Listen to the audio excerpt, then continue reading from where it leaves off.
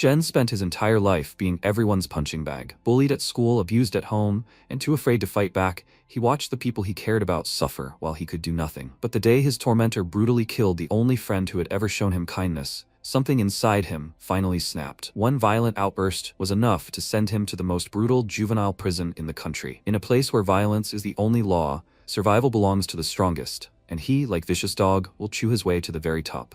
A juvenile correctional facility. A group of guys gathered near the training ground. One of them turned to his friend with a smirk and asked, "Have you heard about this?" They said that the loser from the North building had climbed on the boss's right arm. He offered to bet on how many ribs he'd lose, and the guy said it was unlikely he'd get away with just broken ribs. Death was common here. Voices could be heard up ahead, everyone rooting for their favorite. The guy asked the inmates to move aside so he could see, and was very surprised when he saw the guy there. Jen was beating up a big guy he'd pinned to the floor, and the other inmates were trying to pull him away, but they were unsuccessful. Jen kept punching the man in the face, knocking out his teeth. The guy holding him pressed harder on his neck, which really bothered him, so he punched him, then bit the other inmate on the arm, and they both finally let him go. The guys immediately backed away, because they weren't the first people Jen could knock out in an attempt to stop him. That guy was shocked by what he saw. He had defeated the boss's right-hand man after all, and he dealt with him rather brutally. Is he even human? He's like a monster that broke out of hell. Those two pounced on Jen. He kicked one of them in the stomach and the other in the face. Everyone here calls him a mad dog. The warden pointed the spotlight at him. He stopped and caught his breath, thinking, a mad dog out of hell? They got it all wrong. The place he came from was much worse than any hell. His life was simply terrible until he met him. When Amamori Jen was still a schoolboy, he was bullied.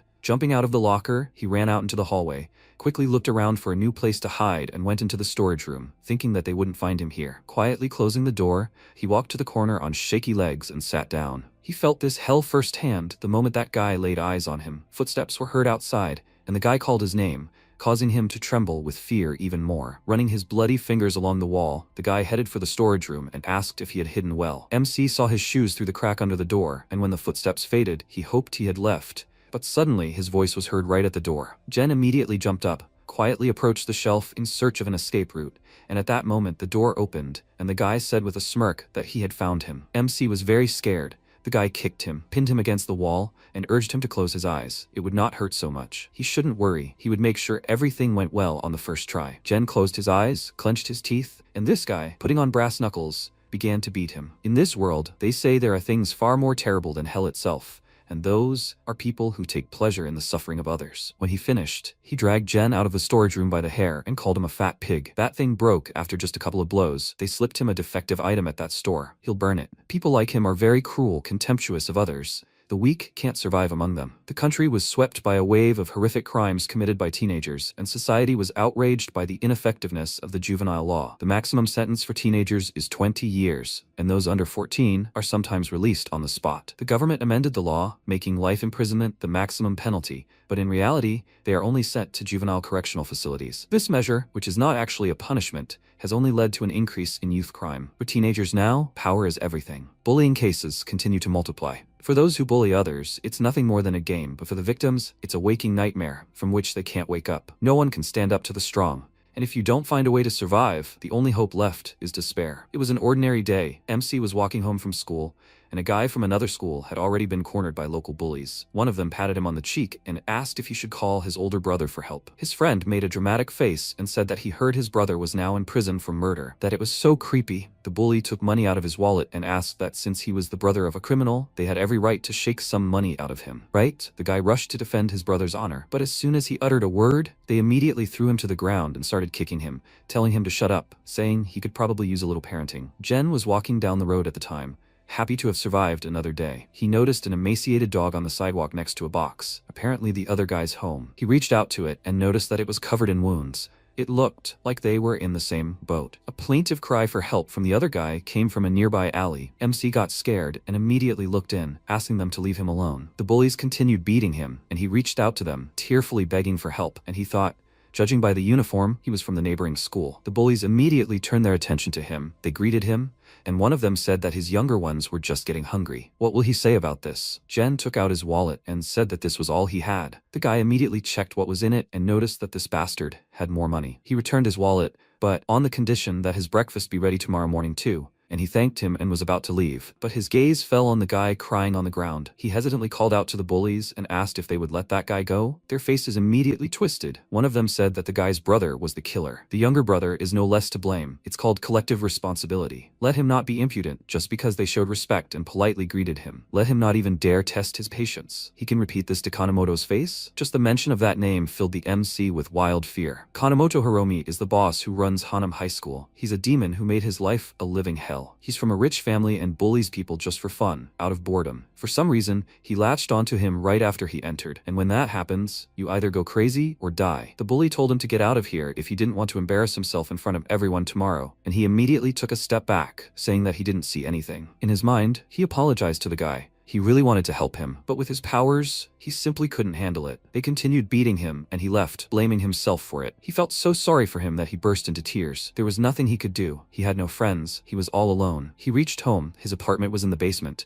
Right now, his father was drinking as usual, and his mother was sitting next to him. He asked her if today was payday, right? She brought the money. She said fearfully that they needed the money for living expenses this month and for the child. He loudly put the bottle on the table, ordering her to shut up. Jen opened the door a crack, looked inside, and saw how his father started beating his mother, telling her to go sell her body if she had no money, and he covered his ears and mentally asked his mother for forgiveness. It was all because he was so weak. His father continued to beat her, just so she would give him money, and exclaimed that they were animals. Whose money do they live on here? His phrase about animals echoed in the MC's head, the same thing Hiromi called him when he mocked him, forcing him on his knees to lick his shoes. The other guys started laughing at him, saying that they would like to see the parents of this idiot. If they gave birth to an animal, then they themselves must be some dogs. But all this time, his mother took care of him, raised him diligently, so it hurt him to hear their insults. He could tolerate mockery of himself, but not of his mother. He gathered his courage, ran into the apartment, and rushed to his father, telling him to stop. He immediately smashed a bottle on his head, calling him a brat, and blood poured from his forehead. He fell, clutching his head, and his mother called out to him worriedly, and his father exclaimed, "Does he want him to slap him?" MC didn't know what to do, his hand automatically reaching for the box cutter on the nightstand. He clutched it tightly with both hands, plucked up his courage, and told his father to stop right there. This made the man even angrier, and his mother crawled to him on her knees and began begging him to calm down, that she was okay. He told her that he would definitely protect her, and then his father spat in displeasure, unbuckled his belt,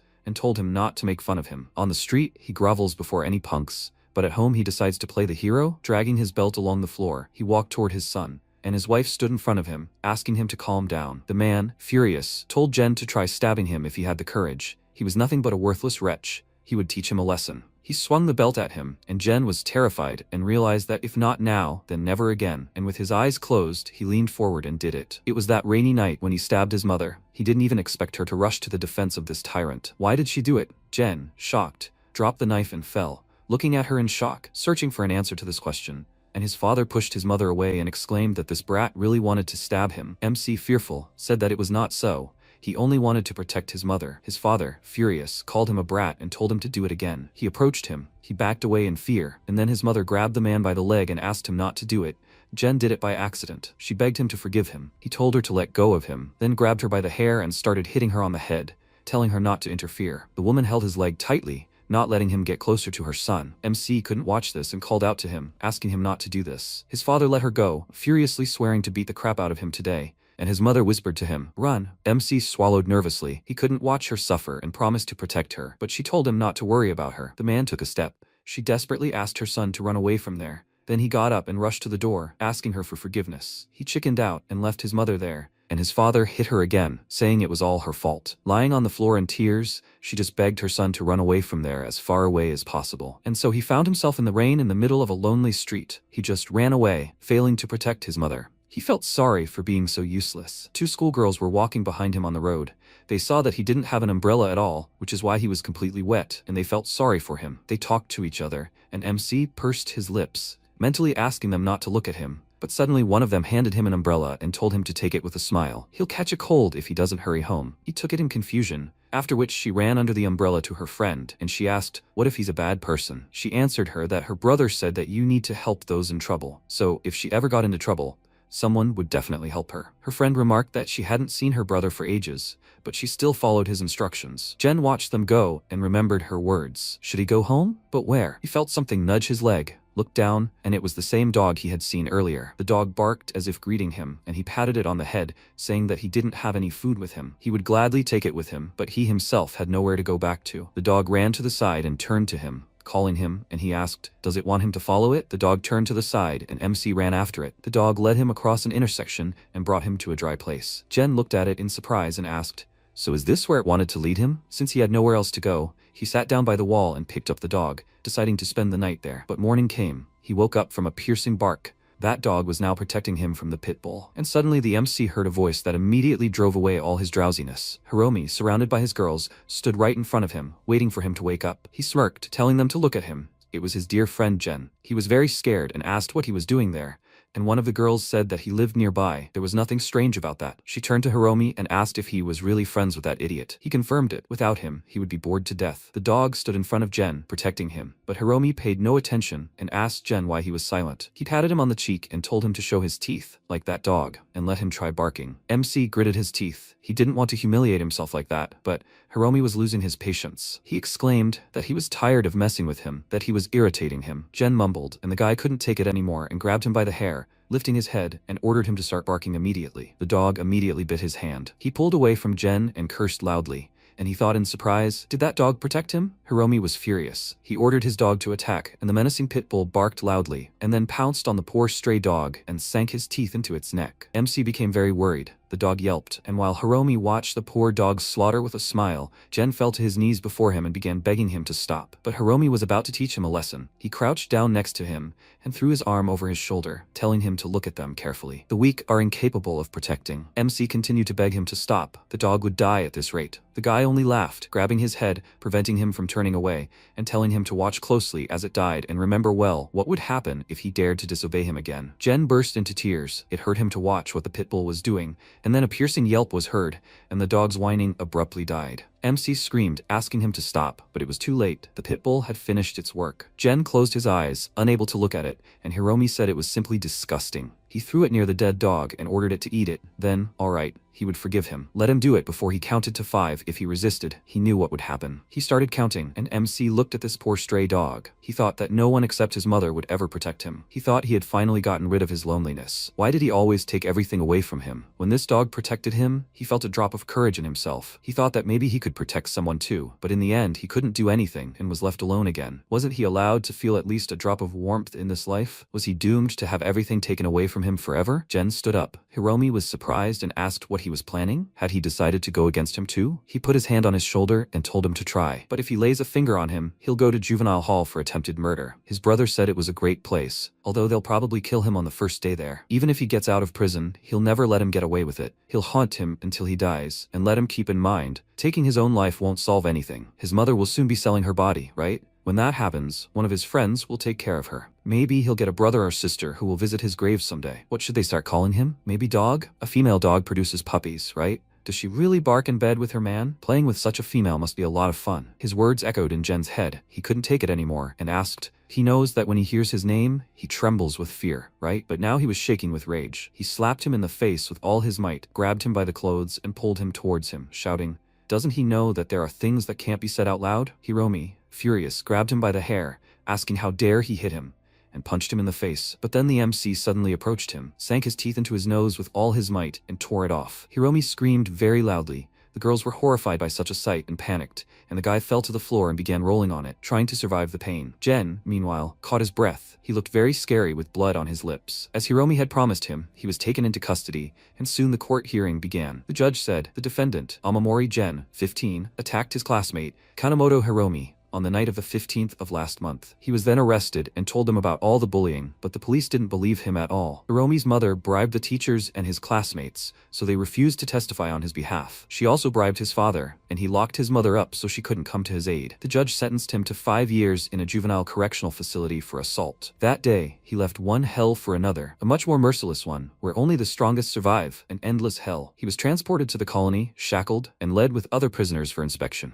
The warden hit him on the back, annoyed, telling him to stop walking so slowly, and he thought it was he who was being bullied. But he was the one who was sent to juvenile detention, and Hiromi, the real monster, received no punishment. They were all taken to the inspection room, ordered to undress and stand in line. Unlike the other prisoners, Jen looked quite innocent. The guard called him over and asked his name. He quietly told him, and he yelled at him, telling him to answer more clearly. MC flinched in fear. Then the man looked up at him and asked with a smirk, "So he was the one who bit off that guy's nose?" He gave him his number and told him to remember it. It was his name now. They were all bathed, or rather simply rinsed with a hose, and then led to another room, where a man in gloves and a doctor's coat was waiting for them. When it was Jen's turn, he told him to raise his hands and turn around, and when he did, the man put the list on the table, adjusted his gloves, and told him to take off his underwear. MC became very nervous. He realized what was about to happen, but there was nowhere to go. He took off his underwear, and the man checked his colon. Jen burst into tears, his dignity lost. Through humiliation and fear, he was completely destroyed. After that, they were all gathered in the main hall, and the warden ordered everyone to stand up. The director had arrived. The director looked at them all, then waved with a smile and told them to sit down. This is not a prison, so everything is not so strict here. If anything happens, they can rely on him. By the way, boys and girls are kept separately here, so they will not see girls. MC was even surprised. This place is much more decent than he thought. The director said that they will assign them to rooms. They will receive a proper upbringing, so that they can become those that society needs. After that, the wardens began assigning them to rooms, and it was Jen's turn. Seeing him, a guy named Nagao, who was partial to boys, smirked and noted that there was another new guy here. They would have much more fun with him. His buddy told him not to be so happy, and he grumpily noted that he was the same way. MC passed another cell. One of the inmates pressed himself against the bars and exclaimed that a new punching bag had arrived. His buddy told him to stop talking nonsense, like he was a snotty kid. Jen was led further. The warden smirked and said that they had prepared a special cell for him. He led him there, smiled at the fear on his face, and then shoved him inside and told him to enjoy his new life in the colony. Inside the prison cell, there were a bunch of guys. Their boss, number 6720, called out to him and asked what his name was. They crowded around him. He muttered his name to them, and the guy immediately punched him in the face, calling him an idiot. He was actually asking for his number. Gritting his teeth, MC told him his number, 8725. And this bully said that first he had to go through an initiation rite. All the guys surrounded him. They threw him to the floor and started beating him, after which he told him to remember well. He was his dog now, and his orders were not to be questioned. Jen gritted his teeth, telling himself to endure. For now, he just needed to endure. Number 7411 noticed this and asked with a smirk, "Is he baring his teeth? Is he looking for trouble?" He grabbed him by the hair, lifting his head,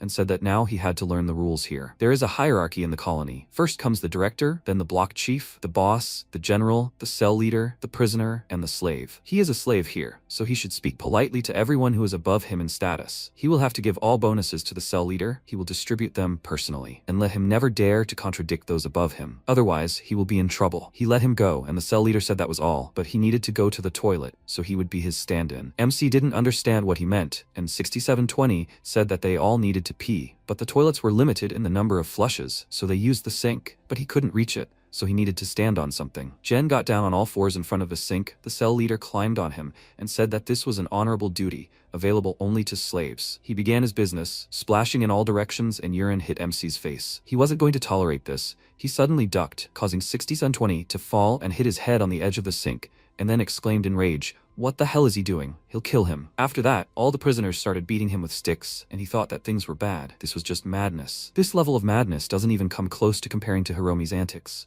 He apologized to his mother. It seems he won't get out of here. Suddenly, one of the prisoners numbered 6690, Miyatani Masaki, stood in front of Jen and asked the cell leader to stop. One of the prisoners asked what he was doing. Was he trying to protect this brat? He promised them to make sure he learned everything here properly. Maybe they should stop there? 6720 ordered him to mind his own business, and he, taking a handkerchief from his inside pocket, wiped the blood from Jen's face and asked him to moderate his ardor. If he was sent here, it means the management had a reason. Wanting to teach him a lesson is one thing, but if he suddenly dies, he will have a lot of problems. 6020 didn't object. He was right about that. Prisoner 4166 got angry because of this, but he had to step away and exclaimed that he was too talkative for such a weakling. 6720 told Masaki that he was leaving the newcomer in his care, but if anything happened, he would also be responsible for him. The guy just smiled at him in response, after which everyone went to their beds, and he handed Jen some ointment and told him to smear it on the wounds. He looked at him in surprise, wondering why he had helped him at all, and he told him to remember one thing. No matter what happened,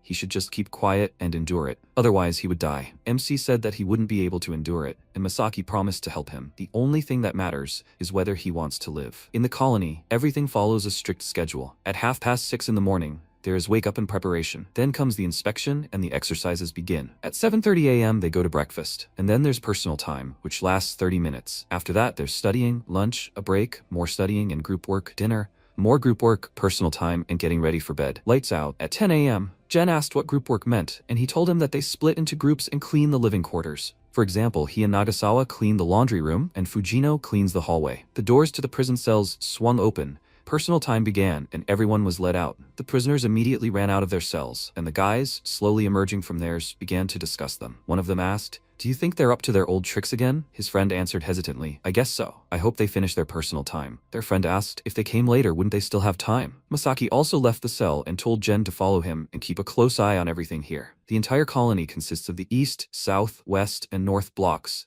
an annex for the administrative building, and a hospital. In the center is the courtyard, the work area, the bathhouse, and the laundry, and next to the north block is the isolation cell. This is the real colony. They went out into the courtyard, where all the prisoners had gathered to watch another fight with Kojo. His opponent exclaimed that he would definitely crush him today and flexed his fists with a grin, to which Kojo only replied, "If he wants to fight, he should shut his mouth." He quickly turned around and punched him in the face with all his might, sending him flying, and the other prisoners began to cheer for Kojo's opponents. MC was shocked and excitedly told Masaki that they were fighting. Why wasn't anyone stopping them? The guards were just standing there smoking. Masaki replied that from the outside, the correctional colony was no different from a prison, but this is how things really work. As he already knows, the territory is divided into 4 sectors, and except for the prison cells and the cafeteria, all areas are communal. On Sundays, correctional work is supposed to take place in the assembly hall, but the teacher was sick, so it was cancelled. Everything here is run by fistfights. Jen looked at him fearfully, asking what he meant, and he said, "It means that physical strength determines everything here. The stronger you are, the higher your status. You can even rule an entire sector, instead of the guards. Everyone else is subordinate to such a person, and the guards are happy to sit back until someone dies. They let them get away with everything. That's how it is." That guy fell under Kojo's blows. The prisoners started shouting at them that there is a lot of money at stake, so let them fight with all their might. Let them just try to lose. There are 4 of them, and they still haven't defeated him. The prisoners attacked Kojo. He pushed one of them away from him, and the other grabbed his torso and smirked, thinking that he managed to get him in a hold, but he quickly freed himself and hit him on the head with all his strength, after which he ducked, not allowing the other guy to grab him, grabbed his arm and twisted it, and then kicked him, throwing him to the edge of the platform. The only guy left standing looked at his comrades in fear and thought, "Is this guy a monster or something?" He clenched his fists and with a furious cry rushed into the attack, and then Kojo struck him from above, causing him to fall immediately. The spotlights shone on him, declaring his victory. He took his shirt and left to loud and joyful exclamations. Jen looked at him with admiration, thinking that he was almost not human at all, and Kojo seemed to be interested in him. Night fell. Everyone had long since gone to bed, but MC couldn't sleep. He kept remembering Kojo. It was incredible. If he had even 1/100th of his strength, everything would be different. But reality is too harsh. He finally fell asleep, and the next day arrived. All the prisoners gathered for breakfast in the dining hall. MC sat at the table with Masaki and asked why, after such a brutal fight, no one was punished. He told him that it was an unspoken rule that any conflicts here were resolved by force. If you defeat someone of higher status, you take their place. The guards won't do anything. He asked in surprise, "So anyone can challenge you?" Masaki smirked and told him that there was no point if he didn't have the strength, because they didn't care who their opponent was. This horrified Jen, and Masaki said he understood. For people like them, who couldn't fight, the only way was to sit quietly and not resist. They could also try to find a patron. Suddenly, all the prisoners became agitated and jumped up from their seats. One of them told everyone to get up quickly. The boss was here. Masaki also jumped up and told Jen to get up. It was the boss of the North Block. He must not be angered under any circumstances. He stood up, and the boss headed to their table. Number 6720, with an ingratiating smile, asked what brought him here. But the man ignored him and walked past to the MC. He looked him up and down and asked, "Is that Amamori Gen?" He confirmed it fearfully, after which the man grabbed him by the clothes and pulled him sharply towards him, saying that his name was Kanemoto Retsu. He was the older brother of the guy whose nose he bit off. It was on his orders that he was transferred to the North Block. From now on, he would take very good care of him. After that, he addressed all the prisoners in the dining hall and told them to listen to him carefully. This guy was his now. If anyone dared to kill him, they would pay for it with their own lives. After that, he threw Jen on the floor and left, and one of his subordinates, the same Nagao who preferred to spend time with the boys, licked his lips at the sight of Jen. As soon as they left, Masaki ran up to him worriedly and asked, "Is he okay? Does he need to go to the infirmary?" And the other prisoners began to discuss it and were sure that most likely he would end up the same as the guy the boss had his eye on earlier. It was time for community service, and the MC's workstation turned out to be the shower. It was clean and there wasn't a soul around, so maybe he'd be safe here. How wrong he was. The big guy kicked the door down and approached him, asking, "He's the new guy, right?" He looked pretty hot. Jen backed away in fear, asking what he wanted, and he pinned him against the wall and told him not to be so afraid. He just wanted to have some fun with him. He pushed his hand away, asking him to stop, and accidentally hit the faucet and turned on the water. This only turned the guy on even more and said that this kind of environment puts him in the right mood. It's just pure pleasure. He pressed himself against him, started licking his face, telling him not to get so tense, and then put his hand down his pants and suggested that he'd just enjoy himself. MC was very scared. He tried to break free, but he grabbed him by the head and said with a smirk that he was more persistent than he thought. He slammed his head against the wall, and suddenly Masaki grabbed his hand and asked him to stop. The big guy turned to him with displeasure and asked, "Is he trying to interfere again?" He asked in response, "Did he not hear the boss's words? If he laid a finger on him, they would have big problems." The big guy couldn't contradict the boss, so he let Jen go, and then said with a smirk that he just wanted to joke about him. He could always take his place, he didn't mind. He approached him and breathed in his ear, saying that for now he was under protection, but sooner or later he would get into big trouble. After that, he left. Masaki approached Jen and asked if he was okay. He said fearfully that this guy was too dangerous. Would he really leave him alone? Masaki told him that Kanemoto Retsu was a scary person, but he became his shield. Even Nagao wouldn't dare touch him without permission, but since he had just refused him, there would be consequences. After work, MC headed back to his cell, and he was very upset because now cleaning in the shower would turn into torture. Suddenly, prisoners surrounded him. He got scared and asked what they were doing, and then one of them punched him in the face and they knocked him to the floor and started kicking him, saying that this was his punishment for refusing their boss. They were even ready to kill him, but Dr. Kanda appeared in time and sternly asked what they were doing there. They immediately stopped beating him and asked with smiles if they had scared her. They were just teaching him a little lesson. She smiled and asked them not to overdo it. They didn't need any extra trouble, and it was time for them to go. They said goodbye to her with a smile, casting a disdainful glance at Jen and leaving, telling him he was lucky. Afterwards, Dr. Kanda took Jen to the medical center and administered first aid. She immediately warned him that it would sting a little, then dabbed his wounds with gauze and told him not to force himself, and that if anything happened, he should tell her right away. Gritting his teeth, he told her he was fine, and she looked at him in surprise, noting that he was a strong guy. Night fell. MC was sitting on the bed and waiting for his friend. Masaki had volunteered to clean the bathhouse in his place, but he still hadn't returned. Had that idiot really done something to him? The thought of this scared him terribly. He jumped out of bed and started punching the bars, calling for the officer. Because of this, the cell leader immediately woke up and clucked his tongue in irritation.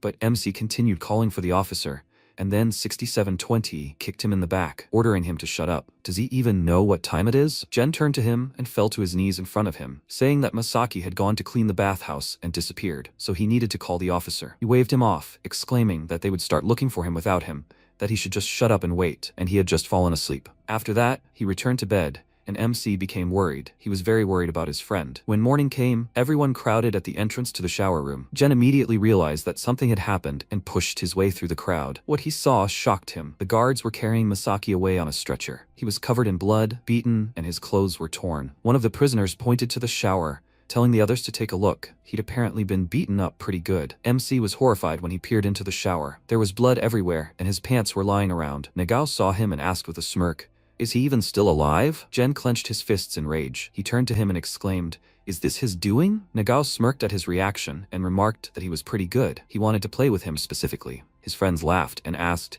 "Does he really want to do this first thing in the morning?" He could tell them how it felt later. Nagao grabbed Jen's arm and said he wouldn't leave that easily, but MC wasn't going to take it and bit his arm, causing the big guy to cry out in pain and get angry. He started hitting him, but Jen still didn't unclench his jaws, only biting deeper into his skin. With his other hand, he tried to pry his mouth open, telling him to finally let go, and suddenly someone grabbed his shoulder and he turned around in anger, exclaiming that he was brave for deciding to stand in his way. It was Kojo. He pushed his hand away from Jen and he looked at him in surprise. Kojo told Nagao to get out of here. He wanted to wash himself, and he nervously clenched his teeth, thinking, what is he doing here? Clicking his tongue in displeasure, he led Jen after him, deciding to change places, and Kojo said that this was just a dump. Nagao realized that he wouldn't leave so easily, clenched his teeth in irritation and then kicked Jen and exclaimed, "This is his job, isn't it?" But they weren't finished yet. He left, and MC got up, after which he got to work. While Kojo was washing himself, Jen kept glancing at him nervously. Even Nagao chickened out in front of him. Who the hell was he? If he were as strong as him, he could protect those dear to him. Kojo noticed him staring at him, and told him to get lost already if he was done, and then MC remembered his friend. He immediately dropped his work and ran to the cell, where Masaki was lying on his bed. He silently apologized to him. This was all his fault. If this continued, he would only cause him more trouble. But how could he become stronger? He sat down next to him and took his hand. Then Masaki opened his eyes and said with a smile that his wounds had been treated, so he would be fine. He was sorry, but he would only have to take his bed for a while. Jen burst into tears and said it was all his fault, and he told him not to be so sad. The main thing was that he was safe. MC asked why he even went so far for him, and he, staring at the ceiling for a second, took a photo out of his inside pocket and said with a smile that he reminded him of his younger brother. He let him look at it and said that he was an excellent student, but very timid, so he was constantly bullied. But one day, he couldn't take it anymore and killed one of his bullies, so he took the blame and ended up here. Now he wonders how he's doing now. He hopes he's living a normal life. Jen stared at the photo in shock. It was the same guy who was bullied at the school gates. He can't believe he's Masaki's brother. Noticing his surprised look, he excitedly asked if he knew him. He confirmed it, and he asked with a smile, "How is he? He's okay, right?" He smiled nervously and lied to him that he was having fun with his friends. Hearing this, Masaki breathed a sigh of relief, which meant he did everything right. After his sadness, MC was overcome with rage. He decided to go report everything to the guards so that Nagao would answer for this, but Masaki stopped him, telling him not to even think about it. He loudly asked the reason in a rage, and he, putting his finger to his lips, told him to be quiet, after which he whispered in his ear, "This colony has one secret. A truly terrible secret." He was about to tell him what they really do in this place, but suddenly one of the prisoners loudly entered the cell and called out to Masaki, mockingly saying that he seemed to have had a good time. Did they have a good time there? Because of this, MC got angry and was about to answer him, but Masaki stopped him and shook his head, indicating that it was better for him not to interfere. After that, he told the guy that he better watch his mouth. Nagao probably wouldn't be happy if he heard that. Could he repeat everything word for word in front of him? He would have loved to see his reaction. The guy immediately fell silent. He awkwardly said goodbye to him and went to his bunk. Jen turned to Masaki in surprise and asked how he could remain so calm. He wasn't seriously going to keep quiet about what he did, was he? He answered him that here you need to hide your true face and use every opportunity to your advantage. He asked, "So this has something to do with the secret he mentioned?" Masaki immediately raised his hand, gesturing for him to shut up, and suggested that he go to the infirmary together tomorrow. MC agreed and helped him cover himself with a blanket, but the two of them had no idea that someone had overheard their conversation. Night fell. Jen still couldn't sleep.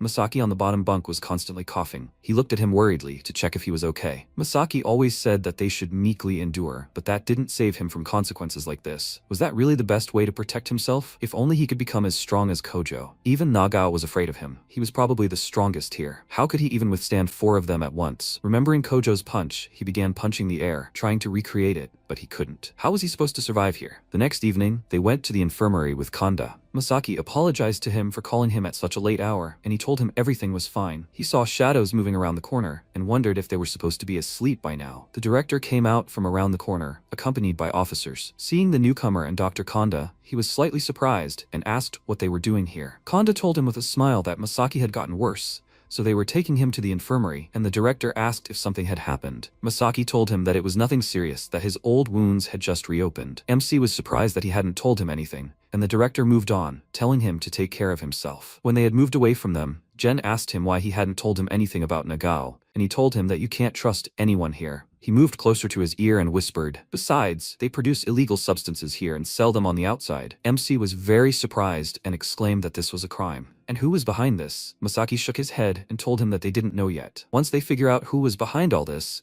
they will exchange this secret for what they need. But he mustn't tell anyone about this. Again, their conversation was overheard. Time passed, the doctor was treating the wounds, but suddenly officers entered the medical center and told Masaki that by order of the director, he would be transferred to the city hospital. A car was already waiting outside. Masaki was terrified and said that he didn't want to, and Jen was perplexed. Why didn't he want to leave? The conditions in a regular hospital should be better. Kanda excitedly grabbed the officer's hand, declaring that she would take full responsibility for his treatment, but he replied that it was for the patient's good. If she wanted to continue working here, it was better for her not to interfere. She let go of his hand and fell silent, and Masaki, with a bitter grin, clenched his fist and said that since they insisted, he would go. MC patted him on the shoulder with a smile and told him to make sure he was treated properly and that he would be waiting for his return. Masaki smiled bitterly. Jen had no idea what they would do to him, but he did. Finally, he told him not to forget what he had told him. Let him remain silent and patient. The only one who can protect him is himself. You can't trust anyone. After that, the officers took him away, and MC headed back to his cell in an elated mood, thinking that his friend would definitely recover.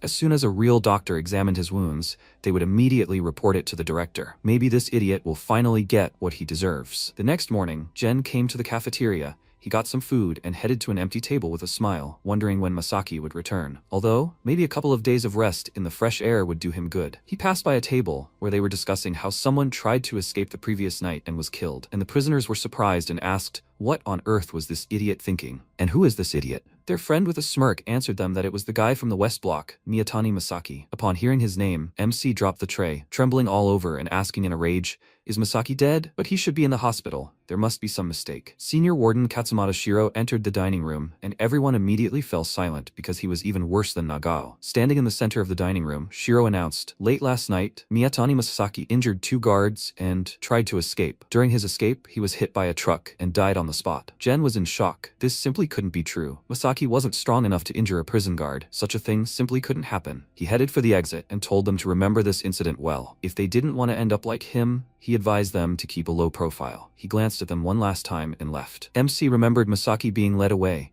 how he waved goodbye to him, and he felt sad. And Nagao, next to him, suddenly said he was just starting to play with him. What a shame. Jen immediately became furious. He attacked him, shouting that he was an idiot, and he said with a smirk that at first he resisted, but when he asked if he wanted him to do it in front of everyone, he immediately became a good boy. Too bad. And he was looking forward to playing with both of them. MC was shaking with rage. He ordered him to shut up and pounced on him with his fists, exclaiming that he would never forgive him. Nagao easily dodged his punch, then kneed him in the face and threw him away, after which he pinned him to the floor and asked, did he decide to play the hero with such pathetic powers? Let him show him what he's made of. He pressed his foot on his chest. Jen started kicking him in the shin, which angered him, and then he hit him, calling him an idiot. He can't believe he actually picked a fight with him. What's the matter? Let him attack. He hit him again, then lifted him by his clothes and asked, was he already playing dead? He swung and accidentally hit Kojo's tray, after which he grabbed his hand and said that he spilled his soup.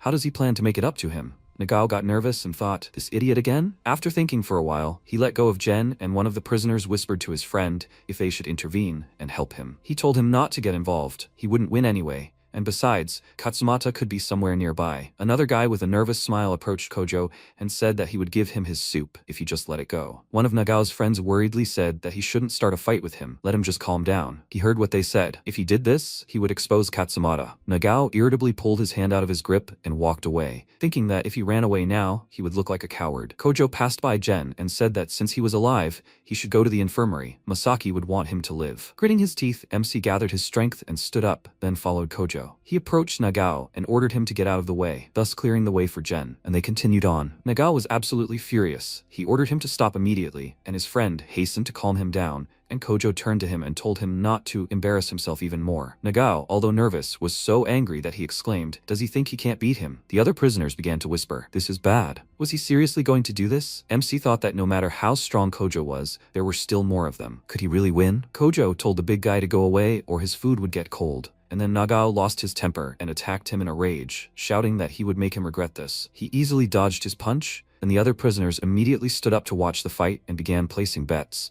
But some were afraid to bet on Kojo, as the boss would kill them later. The big guy pounced on Kojo with his fists, and he deftly dodged every blow, even with a tray in his hand, managing not to spill anything. One of the prisoners remarked that the boss had become even stronger. He had been training non-stop since he started losing. Nagao pounced on Kojo again, telling him to stop dodging and fight like a man, and he punched the locker behind Kojo. The guys began cheering for their boss, saying that he was simply incredible. If he really got going, he'd knock him out with one punch. Jen started to worry and wondered if he was really that good. Kojo continued to dodge him, and before he knew it, he'd collided with the table. Nagao saw this as an opportunity. He pounced on him, grinning as he thought that if he could beat him, he'd become #1 in this place. But he missed again, and Kojo took advantage of this and elbowed him in the back, causing him to fall face first onto the floor and bite his tongue. One of his subordinates ran up to him, worried. Kojo stepped aside, noticing with annoyance that the soup had spilled a little, but it wasn't that bad. Meanwhile, the guy helped Nagao up. He glared at Kojo, and MC thought, he knew it. Force reigns in this place. The warden came over to the noise and exclaimed,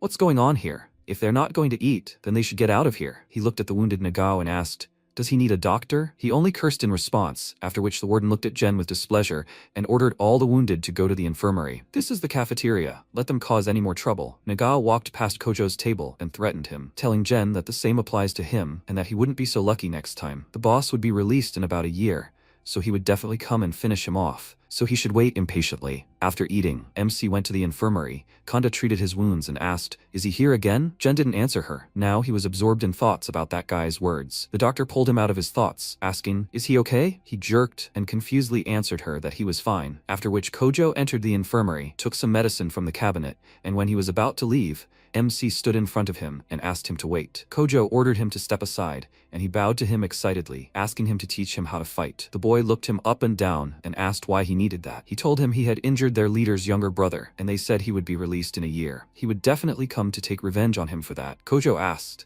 "So he wanted to survive?" He excitedly confirmed it. He needed to survive to see his mother again. But Kojo said he couldn't help him. He had his own worries. It would be better for him to just keep quiet and endure, wouldn't it? Jen excitedly grabbed his hand, trying to restrain him, and said that in this place, only strength mattered. Humility alone wasn't enough to survive. That's why he had to become stronger, so he was asking him to teach him how to fight. Kanda watched him through the mirror with pity, and Kojo waved the boy off and said it wasn't his business. This wasn't school for him. He didn't have time to babysit anyone. He pushed Jen aside and said that Kanemoto was cruel, that he had killed a man back in middle school, but thanks to his parents' connections, he managed to escape punishment. In the end, he was arrested due to the public outcry. But the sentence given was laughable. He couldn't handle him. Even if he tried to teach him, it would all be in vain. Let him heal his wounds and come back. And also, let him stay out of his way if he lacks resolve. After that, MC returned to the prison cell, thinking that he had nothing left. What should we do now? There was some noise inside. The guys pounced on Masaki's things and started sorting them out. And when Jen saw that they had trampled on a picture of him with his little brother, he became very angry and rushed towards them, asking what they were doing. He pushed them all aside, snatched his things from them, and told them to stop. They were Masaki's things. They should return them to his family. One of the prisoners kicked him, knocking him to the floor, and told him it was none of his business to go to his corner and tremble there quietly, like always. He was now completely alone anyway. Another guy snatched the photo from his hands and tore it into pieces, saying that this guy was already dead. There was no one left to protect him from the leader. He was finished. The torn photo fell right in front of him. He gritted his teeth and ran out of the prison cell, heading for the yard. The whole time he ran, he mentally begged them to stop. To be oppressed by someone, looked down upon, and ultimately killed, he didn't want that outcome. There in the yard, in the rain, Kojo was now training, squatting with bags of sand on his shoulders. Looking at him, MC decided to live with his head held high, not relying on anyone. He approached him, bowed, and declared that he would do whatever it took, so let him give him another chance. Kojo immediately noticed how his gaze changed and said, "He has one condition. His personal time will end in an hour. If he manages to carry all these bags before then, he will train him. Is he ready to do it?" He told him to begin, and Jen immediately got to work. He took one bag, went to the other end of the yard, and thought with a smile. He was constantly carrying his mother's bags, or running away from Kanemoto, so he was confident in this kind of thing. He carried several bags and thought that only a minute had passed, and he was already here. He could definitely handle it. Kojo smiled and thought that he was doing well. He hoped he would not disappoint him. Two more prisoners came out into the yard, and one of them asked what he was doing there in such a downpour. His friend told him to just leave him alone. The guy said he was curious about Kojo's true nature, and his friend replied, he only knew he'd been jailed for assault, and if anyone tried to bother him, he'd beat them half to death. By the way, was he approved for a date? He replied that it wasn't that simple. His turn wasn't coming up, and he hadn't seen his girlfriend for months, and a couple of minutes wouldn't be enough to really talk anyway. His friend asked irritably, what else was he planning to do? Meanwhile, the Kanemoto brothers met in the visiting room. Hiromi angrily put a can of soda on the table and asked when he was going to get rid of him. His brother told him to take his time. A man had recently died, and that idiot Kureha had started meddling in their affairs. So, he needed to deal with Kureha first. Hiromi exclaimed in rage. Is that more important than his brother, who lost his nose? Retsu clenched his fist, starting to get angry. His brother jumped up from his seat and asked him to say something. Or is he planning on just abandoning him? Retsu immediately slapped him in the face and told him to shut up. He got beaten by some weakling. Who the hell thinks he is? If something doesn't suit him, why doesn't he deal with it himself? He pulled his brother's hair, and he said that he was wrong. After that, he let him go and said that sometimes you need to be patient. If people start dying one after another, it will attract unnecessary attention. He will keep him alive for only a year, and then make him suffer slowly and painfully. Soon the rain ended. The sun's rays appeared through the clouds, and MC continued to carry the bags. He still had 15 bags left, not much, but he only had 5 minutes. He won't make it. Meanwhile, Kojo smiled. After all, he was doing much better than he thought. But for now, he couldn't keep up with his training. Noticing him leaving, Jen became worried and wondered if he was disappointed. It was logical though. He had no talent anyway. Maybe he hadn't intended to teach him from the start, so that's why he forced him to do it? Maybe if he wasn't capable of anything, he shouldn't try. He stopped, but suddenly the image of his cellmate appeared next to him and asked, was he giving up already? It's for the best. The image changed to Nagao, who said, he should just wag his tail at him. like Miyatani did. His father exclaimed that he was worthless just like his mother. Because of him, his reputation was completely destroyed. And then Hiromi put his hand on his shoulder and asked, did he really touch him? Does he want to become like Kojo? Let him just look at himself in the mirror. MC got nervous, and Hiromi told him to just admit it. He is not capable of anything. All they can do is meekly wait for death. He's just an idiot. Let him finally die. Jen gritted his teeth and whispered that he is not an idiot, and then loudly shouted at them to dare look down on him. Kojo turned to him with interest, and he, putting all his strength, ran to a pile of bags and thought, since he was destined to die anyway, he will fight to the very end. He will change no matter what. Even if he dies in the end, he won't regret it. He sped up. Kojo smirked and thought he was pretty good. MC meanwhile put down the bag and thought that there were less than 10 left. He will finish this task, no matter the cost. He began to breathe very heavily. Kojo noticed this and realized that something was wrong. His body was almost at its limit. He walked towards him worriedly, telling him to stop, but Jen couldn't anymore. He had to prove that he was worth something. He had to live, and he would live no matter what. He ran back to the bags. Kojo jumped out in front of him and spread his arms out to the sides trying to stop him, but he dodged him,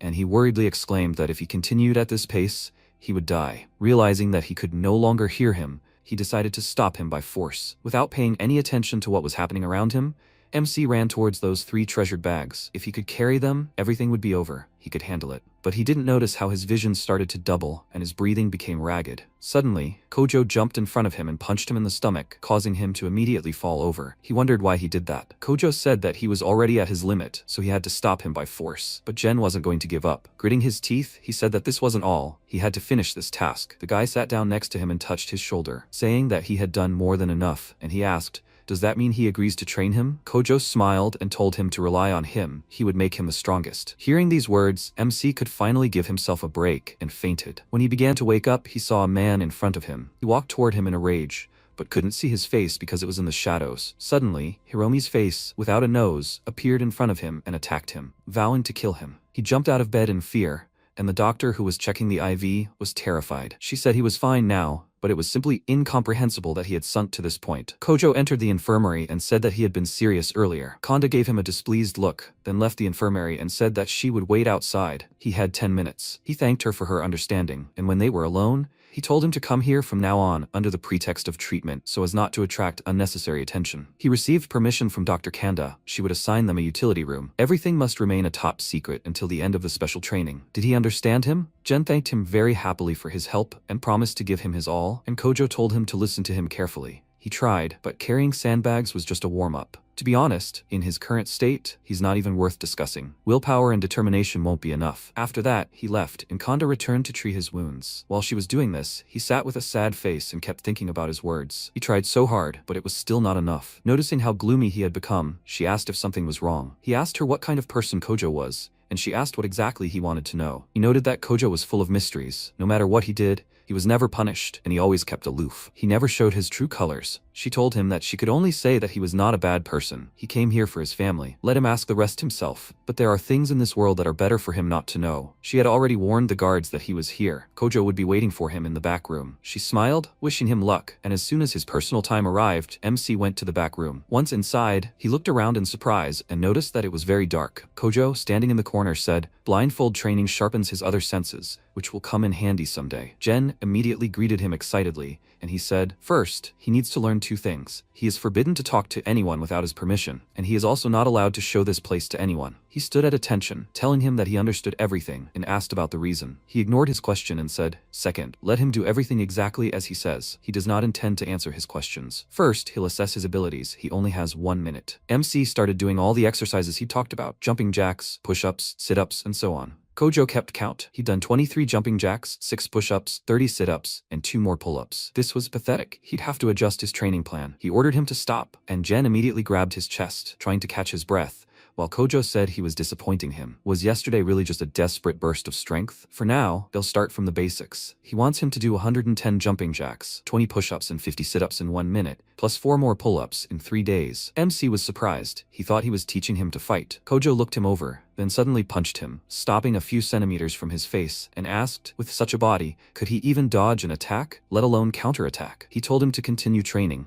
and he excitedly asked if he could rest. At least 5 minutes? Kojo reminded him. He had told him to do everything as he said, even if his explanation was meager. He was hopelessly weak compared to the others, which is why he had developed this plan for him. From the outside, it may look like a normal training, But for someone like him, lacking both strength and skill, this is the most effective approach. For example, his cellmate. At first glance, he doesn't seem very strong, but to beat him, he only needs to start doing at least 70 push-ups. He asked in surprise. In 1 minute, the guy confirmed it. In his unit, strength dictates the law. If he's not strong, he won't survive. And let him not underestimate Kanemoto. He is merciless and cruel, and always keeps his word. If he can't fight with his own strength, then he will have no future here. His life will turn into a living hell. And even after hearing all this, he still wants to rest? Jen exclaimed that he will do it. He wants to live, so let him continue training him. Kojo said that he has spirit, but let him not talk empty words and not make him regret it later. Since he has decided everything, let him prove it to him in action. What he wants to protect, he must protect at any cost. Did he understand him? MC answered him that he understood everything, and Kojo said, then his special training begins right now. Kojo's remarks were heard even in Kanda's office.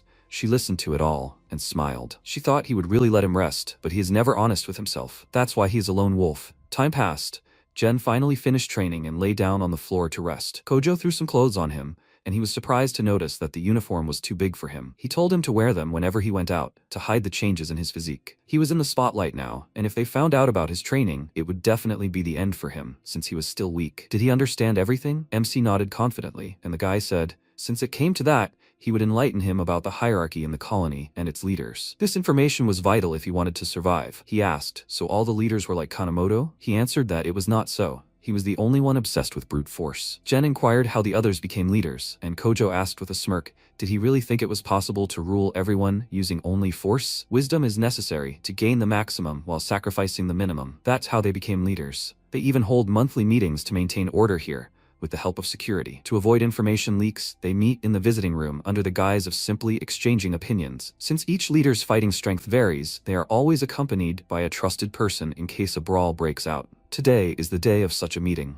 Meanwhile, the three leaders have gathered in the visiting room. Kureha Tetsu, the leader of the Southern Bloc, is accused of manufacturing and selling illegal substances, attempted murder, and assault. He tapped his finger on the table and asked why they couldn't just chat like they usually did. He turned to Kanemoto and said that he could not simply remain silent after something like this happened on his territory. He responded by exclaiming that it was none of his business and asked if he couldn't control himself. Maybe he should be castrated. The last thing he needed was for him to cause trouble for anyone again. Although, on the other hand, if that guy can't fight anymore, poor Kanemoto will be all alone. How sad. Retsu jumped up from the table in a rage, telling him to repeat it, and the leader of the Western Bloc, Kazami Shunsuke, asked them both to calm down. He's accused of fraud, human trafficking, pimping, and concealing a body. He said he heard the Miyatani incident was being thoroughly investigated, which is why Kanemoto was so on edge. Tetsu asked, wasn't he trying to protect Amamori, and he was the only one who wanted him dead? He wondered if Nagao really did it of his own free will. This guy was completely out of control and quite stupid, just like his boss. Retsu couldn't help himself. He grabbed him by the clothes and hissed in rage. Does he want to see blood splatter so badly? Tetsu grabbed a carafe of water from the table and exclaimed, so he decided to take the risk? But he was no match for him. He smashed the carafe on his head, and Kanemoto angrily attacked him with his fists, and Shunsuke asked the two of them to stop. If the guards found out, they would be in trouble. At that moment, the leader of the Eastern Bloc, Narushi Koichi, entered the visiting room just in time. He ordered the two of them to stop, then lit a cigarette and remarked on how ridiculous their behavior was. No matter how many years pass, they're still the same brats. He's charged with organized crime, possession of illegal weapons, assault, and murder. He stepped between them, pushing them apart, and Shunsuke said with relief that he'd saved him. Only he could stop these two. Koichi suggested they begin the meeting. The two exchanged furious glances, and he took his seat, telling Retsu to keep an eye on Nagao and Amamori. He had to do everything to ensure something like this didn't happen again, and he should definitely not kill Amamori. Shunsuke said he understood his feelings for his brother, but he was right. It was better not to look for trouble. Retsu remained silent and clenched his fist, trying to restrain himself, and Koichi told him he'd better be careful. If he dragged the Eastern Bloc into this, he'd be in trouble. Tetsu added,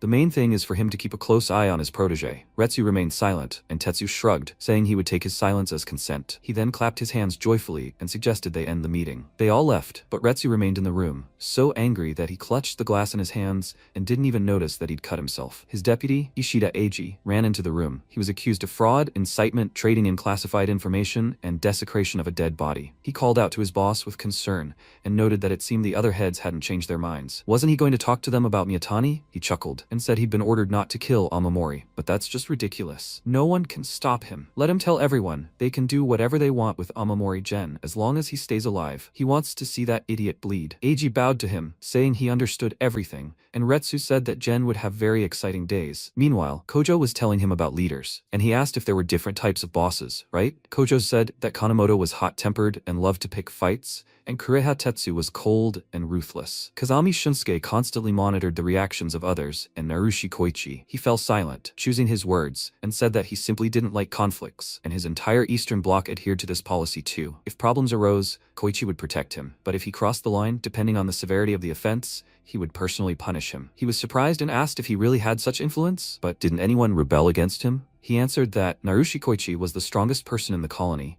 Nothing was known about his past, which is why everyone feared him. He told him everything he needed to know, and now they were getting back to training. Let him start with 20 push-ups, lower his pelvis, and not lift his butt so high. Kanda heard the comments again. She smiled. She hadn't seen him so animated in a long time. She continued working, and mentally told Jen to try harder there. Meanwhile, Retsu called Nagao to his office. His subordinates were crowding outside, worried about their boss. Retsu had already managed to hit Nagao a couple of times, and started scolding him. He made him look like a complete idiot in front of that Kureha. And how was he going to pay for this? He hit him again. He exclaimed in fear that he would drag that Kureha here right now and crush him into dust. His boss became even more angry and asked, does he want to cause him trouble again? He is just pathetic trash. How much longer is he going to embarrass him? He moved toward him to hit him again, but his deputy stood in front of him and asked him to calm down. Anger wouldn't help matters. First, they needed to wait until things calmed down. He had already punished him more than enough. After that, he turned to Nagao and told him to be more restrained in the future. They had more important things to do. Nagao, in fear, asked his boss for forgiveness,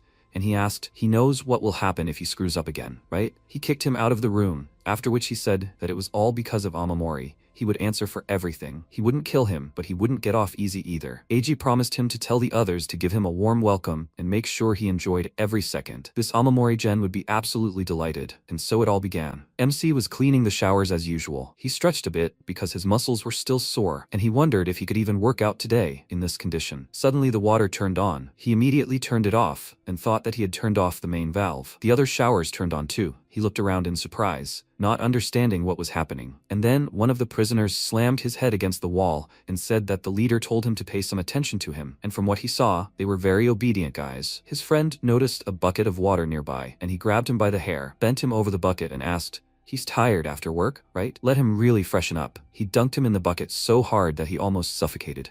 But that was only the beginning. Jen brought dirty clothes to the laundry and told the others that he had brought things to be washed, but they ignored him, which made him feel uneasy, and he just started throwing clothes into the washing machine in silence. Then 2 inmates came up to him and pushed him into the drum. One of them told his friend to push him in faster, or they wouldn't be able to start the washing machine. MC asked them to stop, so they pushed him in, closed the door, and started the wash cycle. The drum started spinning, and MC banged on the door, asking them to let him out. While the 2 were watching him laughing, the other inmates started worrying about Jen. One of them asked if they had gone too far. Maybe they should turn off the circuit breaker. His friend told him to stay out of it. The boss told him not to kill him, so it was okay. They would stop in time. Their friend looked at the washing machine with pity and concern and called Jen a poor guy. He definitely wouldn't have been able to handle this. MC's mood worsened with each passing day. Even in the cafeteria, they wouldn't give him any peace, constantly pouring boiling water on him. Jen fell, and the guy who deliberately spilled hot soup on him mockingly offered him a hand to help him up. And then his friend threw a tray at Jen with all his might, telling him to watch his step. He slammed his head on the floor and said that the leader told them to make sure he ate. He should eat right now. Otherwise, he wouldn't get any stronger. The guards stopped them and called the guy an idiot. He wanted solitary confinement. If he wasn't going to eat, then he should get out of here. He left, and the guard cast a displeased glance at Jen and said he was always causing trouble and that he should go to the infirmary himself. When he got there, Kanda immediately treated his wounds and indignantly exclaimed that this was too much. At this rate, his body wouldn't last much longer. She turned to Kojo and asked if he even had a plan. He told her that it was inevitable and he wasn't his mommy. Besides, there were some advantages to it. MC was surprised and asked what he meant. He told him that you can learn something even when you're being hit. Learning to understand through pain is the key to becoming stronger. Today, everyone in the cafeteria had openings before they struck. To win, he must learn to notice these openings. Let him watch them while he's being hit. He can't miss such an opportunity. MC asked, confused, how he could even do that. He didn't have the energy to think about it. Kojo placed a hand on his shoulder and said he could teach him, but it would require willpower and determination. Let him choose. Does he want to live the rest of his life under the weight of ridicule,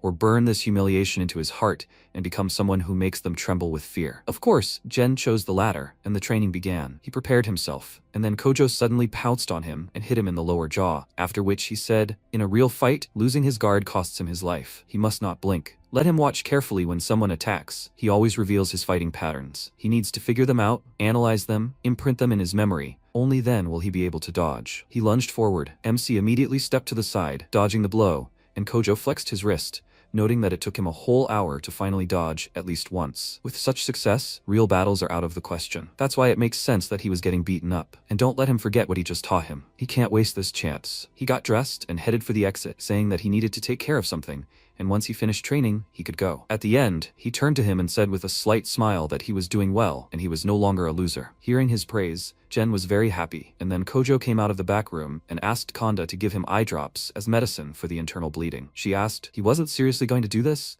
Was he?" She asked him not to be too harsh on him, to which he replied that being soft wouldn't help him. They didn't have much time. The way they were doing now was too risky, so he needed to become independent as soon as possible. If word got out, he would be finished. She asked, wasn't he afraid that he would break him? He smirked and told her that he wasn't that fragile. Like her, he also believed in him. Time passed. MC diligently followed Kojo's advice and forced his eyes to stay open. If he gets used to this, he'll be able to dodge. Then he needs to quickly track moving objects. He deliberately aimed the hose at his face. The water hit him right in the eyes. It hurt, but he endured it. All this time, while he was being beaten, he gradually learned to observe. During another beating in the cafeteria, one of the prisoners said that he doesn't fight back, so hitting him is no fun at all. Even the guards are already pretending not to notice. Their friend offered them a bet. The target is Amamori. "It's been a while, right?" The guy asked if he wanted to bet on how badly he would get beaten today. He didn't care. The guy waved his hand and said that he didn't mean that at all. Have they really forgotten about that collector? He's getting out of solitary confinement today. He's sure he's been under a lot of stress, so he can't wait to break free. That guy was collecting different body parts. Free time arrived. Jen went out into the yard and the collector was finally released. The guard led Kiyama Taketo out of solitary confinement and told him not to even think about getting into trouble again, otherwise he'd be right back in there. Taketo smirked, then immediately went to Jen and challenged him to a fight. The other prisoners saw the collector for the first time and began to wonder who he was. According to the prisoners, Kiyama Taketo isn't exactly very strong, but he's completely crazy. Fighting is the only thing he cares about, while he strangles people until they lose consciousness, and then he takes part of their body parts as trophies and keeps them in glass jars. If pure evil really does exist, then Taketo, the living embodiment of it, is a true psychopath. Kiyama Taketo approached Jen and introduced himself, smiling and saying it was nice to finally meet him. He wanted his left eye. Will he give it to him? And he'll tell the guards it was just an accident. MC became nervous, and Taketo smirked when there was no answer and then pounced on him, saying, in that case, he'll consider it accepted. After that, the prisoner suggested the others make a bet. Kiyama Taketo versus Amamori Jen, odds of 1-to-1. Everyone placed their bets. Meanwhile, Taketo slashed his sharp claws across Jen's chest and left a wound, after which he noticed that he was moving quite quickly. He decided to act differently, and MC began to practice his observation skills. He needed to watch him carefully, calculate the moment, read his fighting patterns. He dodged another blow, but his claws grazed the back of his head,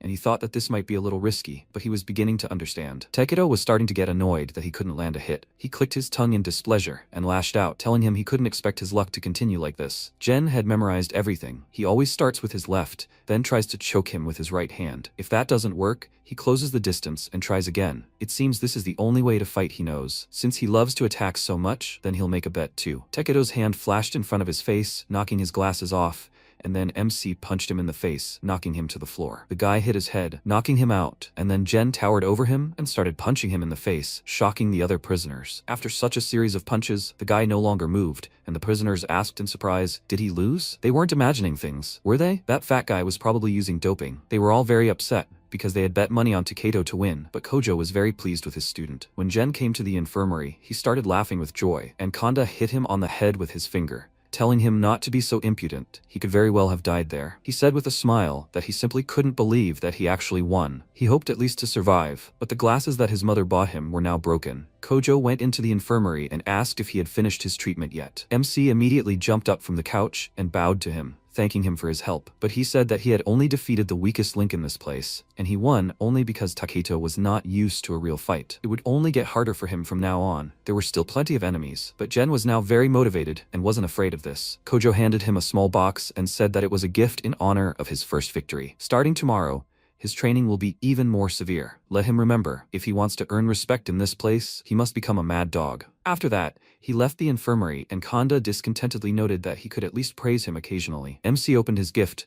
There were contact lenses inside, and the doctor said with a smile that he specially took it for him, said that he would need it. She almost forgot. There is another gift for him. She took a container of food from her bag, and said that she grabbed it on her way to work. Because of this, she was almost late. He opened it and was very surprised by what was inside. It was the same spicy tteokbokki that his mother made. It seems that she is doing well. MC immediately burst into tears. He tried it and remembered how she always made this for him as a child, and said that it was so delicious. But how did she know about this? Kanda told him she was no ordinary doctor, and she'd also tell him something secret. Kojo had called her before his fight and asked her to pick up the tteokbokki from his mother. He believed in him and had high hopes for him. She gave him a napkin to wipe his tears and told him to enjoy his meal. After all, it was his holiday, and he also needed to rest. He'd be tougher tomorrow. Jen continued eating, while Nagao beat up Taketo, calling him a worthless piece of trash. He couldn't even handle such a weakling. Taketo laughed and said that was exactly what he needed. Amamori Jen was simply the best. He wanted to get to know him better. Nagao, enraged, kicked him in the head, asking why he was grinning. Retsu lit a cigarette and remarked, "This Jen sure knows how to surprise." Nagao asked him to trust this guy to him, but he ignored him and told Eiji to keep an eye on Jen. He wanted to see everything for himself. Was it just a fluke?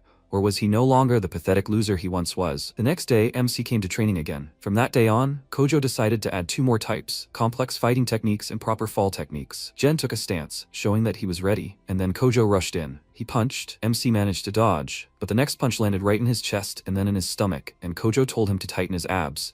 Only then would he be able to protect his organs. After that, he grabbed him by the neck and said that breathing control was also vital. He couldn't move. Let him count how many seconds he could hold his breath. Jen started counting. Kojo suddenly let go of him, and he took a breath, and then pretended to punch him in the face, and MC couldn't even react to it. He said, when he can't breathe, time seems to slow down and all his senses become dull. The moment he finally takes a breath, his body goes numb, and that's when he's most vulnerable to attack. He asked, what if he's attacked? Kojo advised him to control his heartbeat. If he succeeded, his breathing would return to normal. If he wanted to become the strongest, he had to use willpower to subjugate his own body. He needed to understand how the human body worked. Only then would he be able to deliver truly effective strikes. He began showing him where each bone was, and told him to go to a doctor and get an anatomy atlas so he could visually memorize everything. This would greatly help him during the fight. He sharply elbowed him in the chest and said that if he didn't learn this, he would simply be swinging his fists blindly. For example, if you pin your opponent during an attack and knee them in a vulnerable spot, you can inflict massive damage. Time passed, the training continued, and Jen absorbed Kojo's every piece of advice, growing stronger and leaner with each passing day. When he finally managed to rip a punching bag apart with his knee, Kojo praised him, and throwing him some bandages, said he was now fully prepared for fighting. The first opponent was crucial, and his cellmate would be perfect. He had to defeat him, becoming a mad dog that everyone would fear. MC wrapped his hands in bandages. He was about to start his first fight that evening. The guard warned all the prisoners that free time would soon end and that they should return to their cells immediately. As Jen walked there, he remembered Kojo's words. He needed to choose a place, a time, and a method. He didn't care if he lost, but he had to use what they had practiced. Now Jen had to think carefully about whether to fight one-on-one or in full view. Entering the prison cell, he saw the cellmate, a suspicious clothes manager, and a naked Fujino on his bed, who said he was a bit early today. He was indignant and asked what he had forgotten on his bed, and Kojo laughed, telling him not to be so greedy. He was just borrowing it for a while. He put his pants on and stood up, and the MC furiously lifted the blanket and, seeing splashes of an unknown liquid on the bed, immediately let go of the fabric in disgust, and the guy laughed, saying that newbies always have the funniest reactions. The cell leader said that he just needed to wash his hands, but he made a big deal out of it. Jen went to the sink and began furiously scrubbing his hands, and the cell leader came up behind him and hugged him, saying that there were only men around here, they should help each other. If he gets protection for this, then it's a small price to pay, don't you think? The MC was absolutely furious. He abruptly turned around and hit him in the face with his elbow, telling him to get away from him. The cell leader staggered. He immediately pounced on Jen, asking what he was doing, and then Jen quickly jumped back and dodged his blow, and he remarked that it was pretty good, and it looks like he'll have to take him seriously. He lunged forward. MC blocked his punch and thought he had incredible strength. Just one punch, and his arm was already numb. The guy asked how he thought he became the cell leader. He hates sucking up to anyone. If he were truly useless, he would end up like him and Miyatani, which is to say, dead. Jen blocked his next punch and told him to shut up, then grabbed his wrist and twisted it sharply, telling him not to dare insult Masaki. The guy's bones cracked. He screamed in pain and shouted that he finished him. And while they were fighting, Nagasawa asked if the elder was always such a weakling. Fujino told him to shut up. They didn't need any extra problems. Meanwhile, MC broke through the cell leader's block, exposing his weak spot, and then swung his kick at him under the knee. Kanda taught him that the knee joint contains the cruciate and collateral ligaments, that if a strong blow hits them, they will tear and the pain will be unbearable. Jen struck the guy right there, causing him to immediately fall, but MC caught him and grabbed him, then began punching him in the head. Kojo had taught him this. First, he needs to immobilize the opponent and then immediately hit the vital points, breaking his will to fight. He hit even harder. The guy screamed and Fujino offered to help Nagasawa. If he lost, they would be in trouble too. After that, he pounced on Jen. He quickly noticed this and hit him in the neck, causing him to immediately stop. Nagasawa picked up an iron basin and was about to hit him in the head, but he gave him a threatening look and asked, "Does he want to get beaten up too?" He immediately walked away, smiling awkwardly. And while Jen was out cold, the cell leader took out a hidden shiv and, calling Jen an idiot, slashed him across the chest, asking, "Didn't anyone teach him not to relax until the end of the fight?" MC clenched his teeth, feeling a burning pain. After which the cell leader jumped to his feet and Jen, grabbing his arm, said threateningly, "The one who will die will be him." He pulled him. It hit him in the shoulder, causing him to release the shiv and fall. Since he was no longer moving, MC decided to stop. He slowly got up and wiped the sweat from his face, and the two trembled with fear.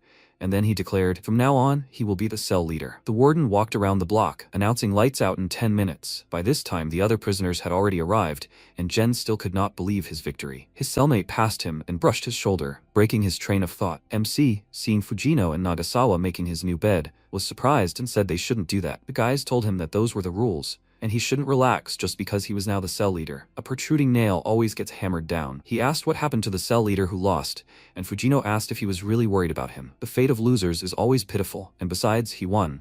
He no longer had to hide his muscles under those baggy clothes. In any case, now they'll always be picking fights on him. At that moment, the lights went out and the guards announced lights out. Jen sat down on his bed and thought that he didn't know what happened to cell leaders after they were removed. Fujino said that real hell awaited them. In this colony, you can only rise with your fists, which means his next opponent is the boss. He must become stronger, for Masaki's sake, but he still lacks strength. He has a lot to learn from Kojo. Everyone fell asleep, and the warden passed suspiciously close to Eiji's prison cell. It turns out he passed a note to one of the prisoners. After reading it, he immediately ran to the boss and passed it on to him, saying that he had lost. Eiji got angry and asked, "Has that stray dog finally started baring his teeth?" News reached the South Block as well, and Tetsu laughed loudly and said that Jen was doing much better than he thought. Kanemoto is definitely tearing his hair out right now. The West Block also heard about it, and Shunsuke became very interested in the guy, and soon, news reached the East Block. The warden knocked on the cell door and informed Koichi that Jen had defeated the cell leader. He asked if there were any injured, and he answered that Jen was okay,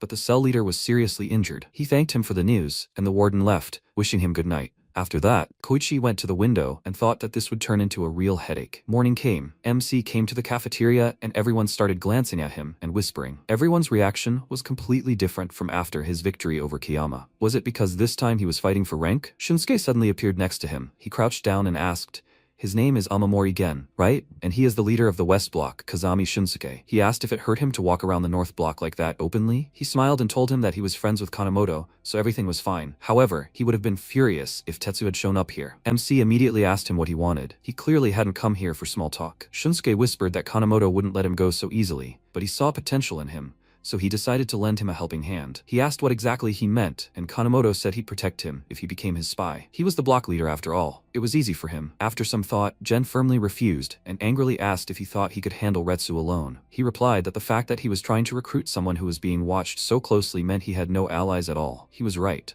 Then how could he even help him? If he was killed first, he wouldn't have time to help him. Shunsuke was very indignant. He slammed his hand on the table in rage and left, and the other prisoners began to discuss it. Why was he talking to the block leader like that? Has he completely lost his fear? The spies from the South Block immediately rushed to report everything that had happened to the boss. One of the prisoners heard this and asked his friend why he was getting so much attention for defeating some cell ward. He replied that the fat whiner he thought would die right away had actually defeated him. Of course, the cell ward's rank was low, but for such a loser to win was quite an achievement. After breakfast, MC went back to his cell, but Koichi caught up with him and said, as far as he remembers, they had never met before. He is the leader of the Eastern Bloc. After MC spoke with him, he went to the courtyard, but accidentally bumped into someone and immediately apologized to him, and it turned out to be Eiji, who said that he was finally able to meet him. Jen became wary and asked what was going on, and one of his subordinates exclaimed with displeasure. Why was he looking at him so insolently? In front of him was Ishida Eiji, the deputy boss of the Northern Bloc. MC became nervous and thought, another one? Could Kanemoto really be behind all this? Eiji said that the cell leader he defeated was his subordinate. Jen immediately understood everything and got into a fighting stance. but the guy told him not to expect him to fight him personally. That would not happen. He told his subordinates to teach him a lesson. The two of them pounced on Jen. He parried the first one's punch, but couldn't take the second one, which is why he missed the next punch, and they drove him into a corner. MC barely managed to parry the punch, then the second guy hit him under the knee, and he realized that things were bad. After that, the guy fell on him with his whole body, knocking him to the floor, and to keep him from getting up, they began to hold him in place. After that, AG asked how it felt to be unable to cope with even a couple of his subordinates. The cell leader he beat up was the most worthless of them all. Defeating such trash only makes him more trash. He is a big-hearted man, but he does not forgive those who make him lose face. Because of him, he became a laughingstock. It is only natural that he should return the favor. So let him enjoy. After that, they left. Jen got up. He had no idea that the gap in strength was so huge. He only trained for one-on-one fights and has no idea how to face a crowd. The path to the top. Is it really so unattainable? When he returned to his cell, he saw his former cell leader sitting on the floor, who immediately glared at him. He approached him, didn't know what to say, and looked away, lost in thought. Perhaps he should stop. He probably doesn't even want to look at him. He has pride too. Nagasawa and Fujino exchanged ominous glances. The guy called the former cell leader by number and ordered him to get up. He needed to go to the bathroom. He understands what that means, right? He looked at him in rage and exclaimed, "Does he even know who he's talking to?" Nagasawa immediately hit him on the head and said with a smirk that he was now usually a prisoner, an honorable duty available only to them. Fujino also joined in the mockery and asked why he was looking at them like that. He was nothing but trash. The guy clenched his teeth in anger, got on all fours, and Nagasawa told him to keep his balance. Otherwise, if he fell, he would kill him. Everyone else laughed, and the MC immediately ordered them to stop. He grabbed Nagasawa by the shoulder, preventing him from climbing on the guy, and said that it was over. Let them deal with their needs on their own now. Fujino reminded him that this was the rule. He did whatever he wanted to them. He answered him that it didn't matter. He was the senior in the cell here now, so he makes the rules. He would not allow others to be humiliated, and if something didn't suit him, then let them try to resolve it by force. Of course, no one dared, and Fujino let out hysterical laughter and said that it was just a joke. Number 6720 called out to Jen and indignantly asked who asked him to feel sorry for him. He would rather die than put up with this. He told Nagasawa to do it. Everything was fine. He admits that he lost, but he who laughs last, laughs best. Nagasawa put his foot on him and told Jen that if he says everything is fine, then it must be so. He's right, right? MC was just in shock and he went to the infirmary to take out his anger. He was beating this poor punching bag and thinking about it. He just wants to end these rotten rules. It will be better for everyone. Why don't they understand that? Konda came into the back room, handed him a towel, and said that Kojo had some business. He looks kind of upset. Did something happen? He told her everything and said that he just doesn't understand. It would be better for everyone. She said that no matter how right he thought he was, to them it looks like a denial of the only norm they knew. They can't accept it. If he wants to change something, he has no choice but to keep fighting. Only by becoming the block leader can he make this a reality. Jen noted, this means he'll have to try 1,000 times harder than he did now. He wanted to learn more, but Kojo wasn't around right now. She asked what exactly he wanted to learn, and he told her he wanted to learn how to fight multiple opponents at once. She told him with a smile that it was quite simple. You just need to run away. Those who give chase will inevitably lose their guard, and then you need to hit them where they hurt. She suddenly turned sharply to him and slapped him with her palm, stopping right in front of his face, and said that at that moment, he needed to deliver a crushing blow. He was even surprised at how fast she was, and she, noticing his reaction, pulled the towel from his shoulders and, with a smile, reminded him that she had told him she wasn't some ordinary doctor. They were done for today. He had to go to work soon. If he was late, his points would be deducted. She called him cell leader and wished him luck, after which MC went to work. In the prison colony, prisoners perform community service alongside their cellmates. Each prisoner is awarded points based on their diligence and behavior. By accumulating a certain number of points, they can earn the right to visit their families, so everyone takes this extremely seriously. However, the management and distribution of work is entrusted to the boss, the person most trusted by the leader. In other words, within the established rules, the boss's word is law, and the boss of the North Block is Ishida Eiji. Before he began, the warden warned him that this was his first community service as a cell leader,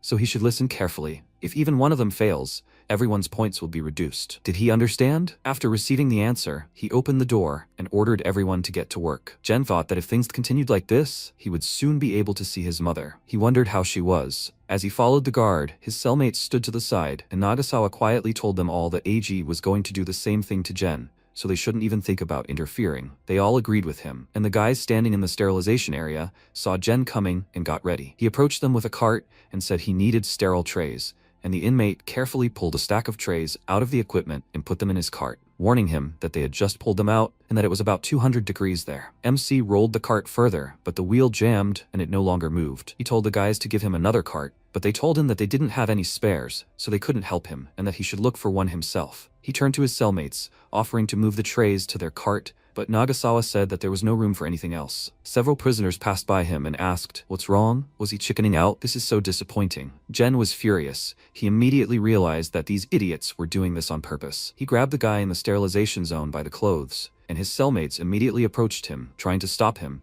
because of him, their points would be lowered. Another prisoner immediately called the others here, saying that Jen had gone crazy, and they crowded around him and started verbally attacking him. MC wondered, why so many of them, and where are the guards? One of the prisoners understood what he was thinking, and said that the guards were on break, so they were here alone. Jen understood everything. Eiji had set this all up. He couldn't handle such a crowd alone. He let go of the guy, then the thug immediately grabbed his head and forced him toward a cart with hot trays, saying that the cart was broken, so he should carry everything himself. And don't move if you don't want your head shoved inside. While trying to resist, MC accidentally grabbed the hot metal, after which the guy let go and told him to move. Or does he want his face burned? Jen had no choice but to pick up the hot trays and drag them through his teeth to the table. The inmates, watching him, laughed and told him to be careful, not to drop them, or they'd have to wash them again. He carried all the trays to the cafeteria, asked the guy standing there to double-check the numbers, and he quickly counted everything and thanked him with a smile for his work. Seeing the burns on his hands, he became very worried and told the guard about it and offered to take him to the infirmary. He just waved his hand, indicating that he had permission,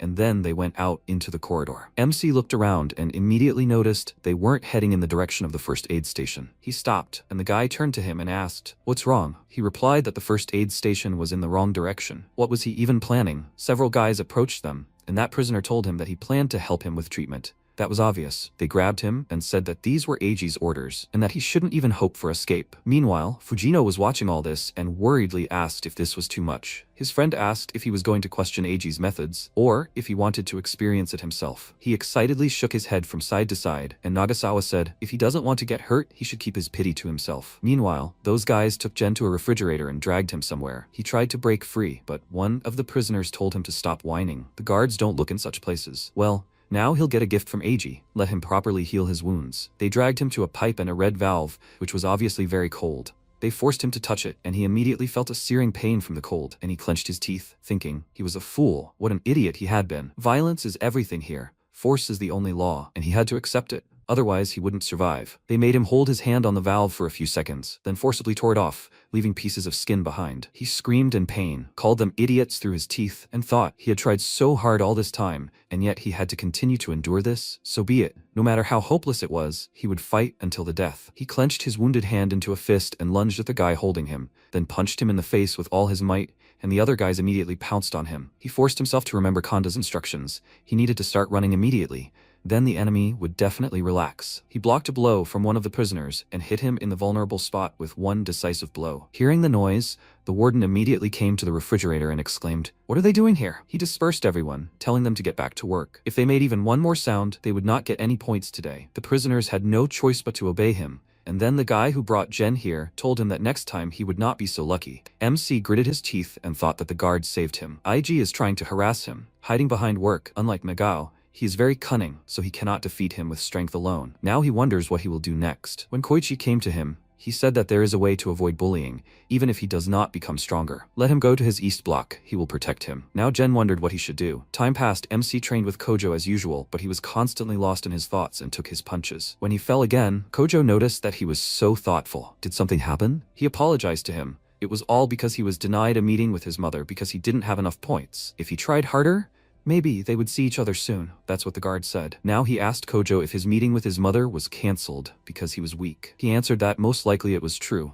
It was sickening to look at him now, but he had a weapon, a strong will that will not waver before anyone. He is not fast like a leopard, and not strong like a bear, but this willpower will transform him into a wolf. He patted him on the shoulder and said with a smile that diligence always bears fruit. Someday he will definitely meet someone he wants to protect. He remembered his mother, her smile, confidently clenched his fists, and exclaimed that he was right. He just needed to get stronger. His mood immediately lifted and he stood up, suggesting that he continue. They should strive for the top. Time passed. Nagao came out of the prison cell and thought that this AG was pulling his cunning tricks. It seemed that even the head honcho was pleased. Meanwhile, Jen came out of the freezer and thought only about winning the fight. For that he needed to soberly assess the situation. At this time, Nagao thought that he had been deeply humiliated because of this AG. Maybe he should beat someone up to let off some steam. They were walking straight towards each other, and when Nagao saw him, he smiled and asked, "Is that really their new cell leader? Is he having fun?" MC gave him a displeased look and walked past him, and he turned to him in rage and exclaimed, "And he had the nerve to ignore him?" His subordinate worriedly told him not to touch him. He couldn't do that, or AG would find out. He hit him, telling him not to dare say that name, and walked towards Jen, declaring, "He will prove that he is much stronger." MC immediately turned to him, blocked his punch,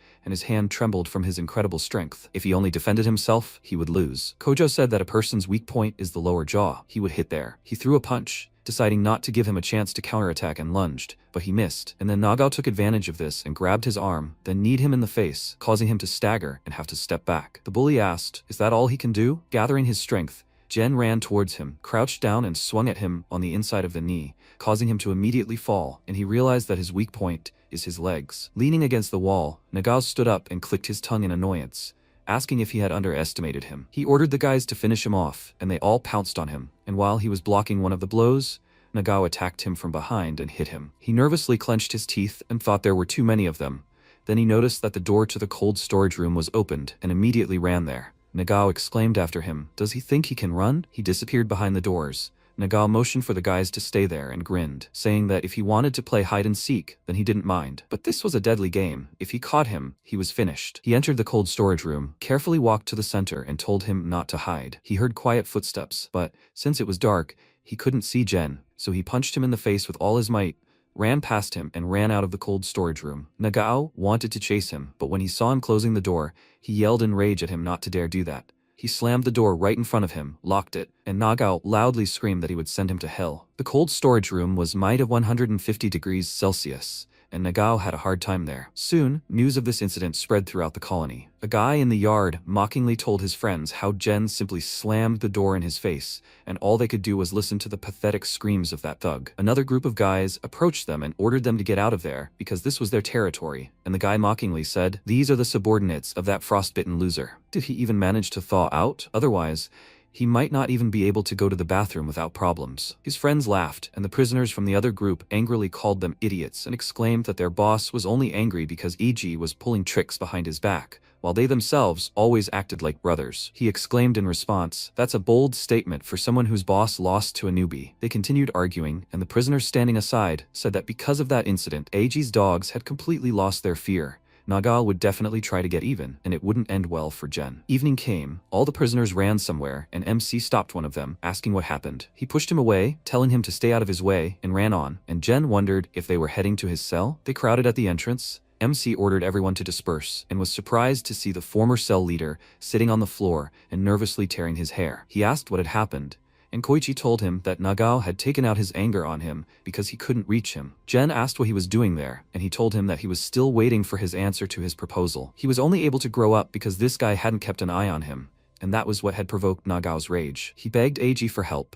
but it was all in vain. He was considered useless. Fear and despair change people. That's what happens to those who lose their place in the colony. The guards came and ordered everyone to disperse. This wasn't a circus for them. One of them approached the former cell leader to take him away, but he waved him off and exclaimed that it wasn't intentional, that he didn't see anything. That's the truth. The warden ordered his colleagues to seize him immediately, and the guy, in a panic, asked them to wait so he could prove it. He had taken out his own eyes with his own hands and showed them to them with a smile, saying that he really couldn't see anything, so it was not his fault. The warden immediately contacted his colleagues on the radio and ordered them to immediately bring a doctor here. The guy had gone crazy. MC was enraged by this sight and said it was absurd. Why does the person who drove him to this state remain unpunished? Does power really give the right to do whatever you want? Koichi confirmed this. That's why everyone strives for the top, but the fall is always miserable and humiliating. He could end up like that too. He wants to see his family, right? He can do that in the Eastern Bloc without getting stronger. Jen said, "Let's say they protect him for a few years, but what will happen after that? He has to protect his mother,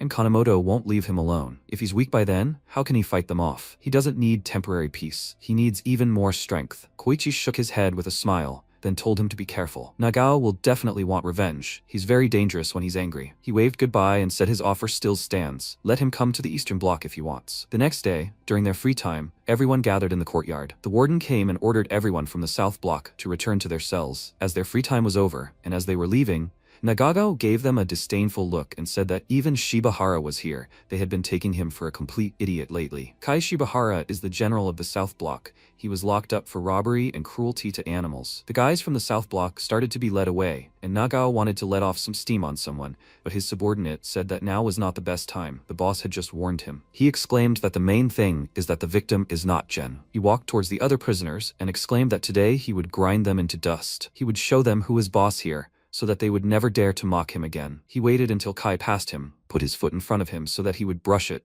and then he called out to him in displeasure and said that he had dirty all his shoes. Kai remarked that it was a pathetic provocation, but he didn't want to fight him. The bully smirked and said that he actually wanted to fight him, then punched him in the face and exclaimed, "Does he think he'll get away with this?" The supervisor immediately intervened and ordered him to stop, and he told him that they were just doing special training here. Kai promised to beat him until he died, and then dealt him a few blows. Then one of his subordinates grabbed Nagao and started punching him in the stomach. The bully was furious, calling him a coward, grabbed the guy who was holding him, and threw him right at Kai. After that, he put his foot on the guy's face and mockingly asked, "Are there any weaklings in the South Block?" His words enraged the other prisoners, who all swore to finish him off and rushed into a fight. The warden, of course, tried to stop them, but he couldn't handle such a crowd. Watching everyone surround him, Nagao grinned and said that things would soon get fun. Then a siren blared throughout the colony. Kanemoto, who was currently supervising the work, ordered everyone to stop and sent AG to investigate the noise. Jen and Kojo were currently training, and the latter decided to go see what was going on. There was a brawl going on right now. The guys had long since fallen ill from the guards, leaving only Nagao and Kai. The thug, smiling, charged at him, punched him in the face, causing him to retreat, and laughed at him, asking, "Is that all he can do?" Kai wiped away the blood and called him an idiot, and then the guards ran up to them and ordered them to stop. Nagao laughed loudly and exclaimed that they were all so pathetic, a real rabble of weaklings. Meanwhile, Kojo was heading to the yard.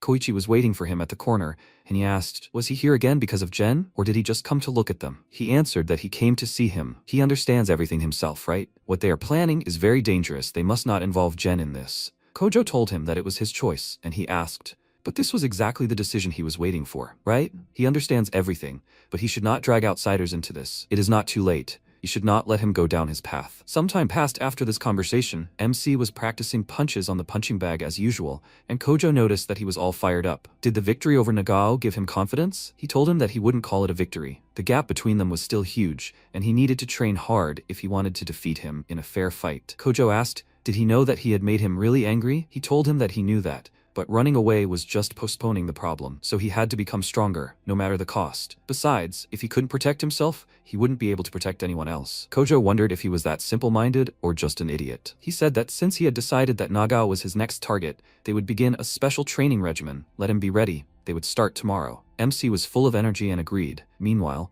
the senior supervisor, Katsumata Shiro, threw Nagao into the isolation cell and told Kanemoto that he hadn't been looking after his men well lately. If they caused him any more trouble, he knew what awaited him, right? Nagao furiously told them to let him go. Why was he the only one here? Retsu got really angry and ordered him to shut up, and Shiro gave the big guy a disgruntled look and said that if he were in his place, he would make sure he could never cause trouble again. He walked past Retsu and said that it would be better for him too. Let him apologize to Kureha. That was his boss's order. After that, he left and closed the door, and Retsu decided to teach his subordinate a lesson in discipline. Meanwhile, in the South Block, Kai went to his boss, and he said that after what happened, Kanemoto would never forgive Nagao. So he did a good job. Kai smirked and told him that the guy was a complete idiot. He just needed a little push. Tetsu smiled and said that everything was going just fine. If they finished him off, Kanemoto would lose his strongest bodyguard, and that would be their chance. Meanwhile, Retsu beat Nagao so badly that he wet himself and shouted in rage that it was to protect the reputation of the Northern Bloc. Those who can't handle even one brat are a real disgrace. Retsu hit him again and told him to shut up. Because of him, they now have to bow at Kureha's feet. If he's so useless, it would be better if he died before he started causing problems. He's already sick of him. All his punches caused Nagao to fall. Then Eiji put his hand on his boss's shoulder and said that if he killed the general, it would cause problems. He would take the apology himself. It's not proper for a boss to bow to someone like Kureha. Retsu asked doubtfully, what if the principal isn't satisfied with this? The guy smirked and told him not to worry. He had a great idea. But Katsumata was right. It was better not to make things worse. Still, Nagao was hard to control. Retsu asked, Jen has gained strength, right? Then they'll let him get even stronger, and when the time comes for him to fight this guy, it would be best if they both lose, or ideally die. Then, even if there's an investigation, it'll be considered a personal feud, and he can pretend he knows nothing. Fighting lessons with Nagao began tomorrow. Kojo said his main weapon is his strength. He relies solely on that. To win, he'll need speed and an observer. If he doesn't find his weak spot, he won't stand a chance. Not just during battle, but when he walks, when he eats, even when he breathes. Every little detail can be the key to victory. MC paused for a moment, after which Konda brought an anatomical dummy into the back room and said, with Nagao's build, his heart and lungs are under tremendous strain, meaning he's incapable of moving at a fast pace for long. First, he needs to start moving constantly, so he wastes his energy. Once he runs out of steam, the power of his punches will wane. Then he needs to provoke him. Such a big guy has trouble controlling himself when enraged, and he'll start to open up, which is when he needs to strike. Furthermore, people like him have an extremely unstable center of gravity, so they can't change direction quickly. Jen also noticed this. His lower body was always vulnerable, and the doctor said, with this tactic, he can win, and he also needs to learn how to take punches properly. He must withstand at least 3 direct hits, because if the opponent knocks him out in one blow, everything else will be meaningless. Kojo demonstrated all this to him. MC fell from his blows, and then the doctor helped him up, telling him not to lose heart. If he could withstand Kojo's attacks, he could defeat Nagao too. Kojo glanced at the photo in his hands and noted that he was progressing faster than he expected. Nagao would be in isolation for the next 2 weeks. This was his chance. If he put in enough effort, his chances of winning would increase. Training ended, Jen was about to leave, but Kojo stared at him strangely, as if about to say something. MC turned to him, asking what was wrong, and he told him to just get some rest. When he left, Konda asked if he was going to give him the photo. He told her that he would hold off on it for now. He didn't want to ruin his mood. She frowned and asked what he meant. This didn't fit at all with how he asked her to find out about his sister. He told her that it was for his own sake, that when fighting such a strong opponent, it was better not to burden yourself with unnecessary emotions. She asked why that was. He shouldn't force this on Jen. Even if he sees himself in him, forcing him to go down the same path is wrong. It's too selfish. Night fell. Kojo went to your cell, but he couldn't fall asleep because he remembered their words about selfishness. When he was little, he and his sister saw some man easily beat up some guys. Then he ran up to him and grabbed his clothes, excitedly asking how someone could become so strong. He wants to be like him. The man agreed to make him the strongest, but he had to part with his family, because as long as his feelings controlled him, he would not be able to become strong. His sister was taken away by women, and he remained with that man, and now he realized that he really was selfish if he did the same to Jen. The next day, he gave him the photo. Seeing his mother at work, his heart sank. Kojo said that he asked an acquaintance to check on her. As far as he could see, she was fine. MC was very happy to see her. He grabbed Kojo's hand and excitedly thanked him and asked if his acquaintance had tried her food. Her food really was very tasty. He asked him to calm down a bit, and the doctor smiled and thought, she will have to tell Narushi that he has become much softer. After that, they started the lesson. Kojo drew Jen's future goals on the board and said, the best way to become stronger is a territory fight, and he will have to defeat all the cell leaders in the North Block. He pointed at one of them and said, for example, this guy acts tough, but in reality, he's a common coward. As soon as there's a whiff of danger, he immediately calls his friends. So let him prepare not only for one-on-one fights, he should learn to defeat several opponents at once. He's counting on him. And so MC went into battle. He took off his shirt, bandaged his hands, and challenged the prisoners to a fight. The fight in the street continued. The protagonist clutched his shoulder. The wound was making itself felt. At that very moment, Dean stepped toward him, his face contorted with rage. Dean shouted, what, does he think he's some kind of strong man? He thought he could stand up to the 3 of them? He shouldn't make him laugh. The protagonist didn't flinch and coldly snapped, don't be so impudent. Someone from the crowd barked, come on, let him say he gives up, or does he want his arm broken? The protagonist frowned and asked again with a mocking intonation, he gives up? He slapped himself on the shoulder, as if shaking off irritation, and firmly said, such a word isn't in his vocabulary. Let one of them say it themselves. Set an example. Jack turned purple, the veins bulged in his temples, and he howled, what an idiot he is. He'll finish him off. He clenched his fists and lunged forward, throwing a punch. The protagonist ducked sharply, dodging the fist. At the same moment, he noticed movement from behind. Dean swung his leg. The shadow of the leg flashed in front of his face, but the protagonist managed to grab it with both hands, yank it forward, and throw the attacker over himself. For a second, the protagonist froze, sucking in a breath, and mentally pulled himself up. Stop, there's another one somewhere. And then the bald one snuck up from behind. A fist flashed through the air and slammed into the protagonist's face. The blow shook him, causing him to stagger. He covered the bruised area for a moment, gritting his teeth, and the thought flashed through his mind. Damn. A couple more of those and he'll pass out. He needs to find their weak points and knock them out one by one. He glanced at the bald one. This one is strong. He only hits with the back of his fist, which means he values strength over precision. He looked at Dean. This one relies on his legs, fast but predictable. And finally at Jack, strong but easily angered. There it was, his weak link. Dean lunged forward again and threw a kick. The protagonist ducked under it, simultaneously approaching Jack, who was already swinging. He put all his fury into the kick and caught the protagonist in the stomach. Jack roared, triumphant. How could he? But the protagonist didn't have time to respond. The bald one was already approaching from behind, raising his fist. He struck, but at the last moment the protagonist dodged to the side,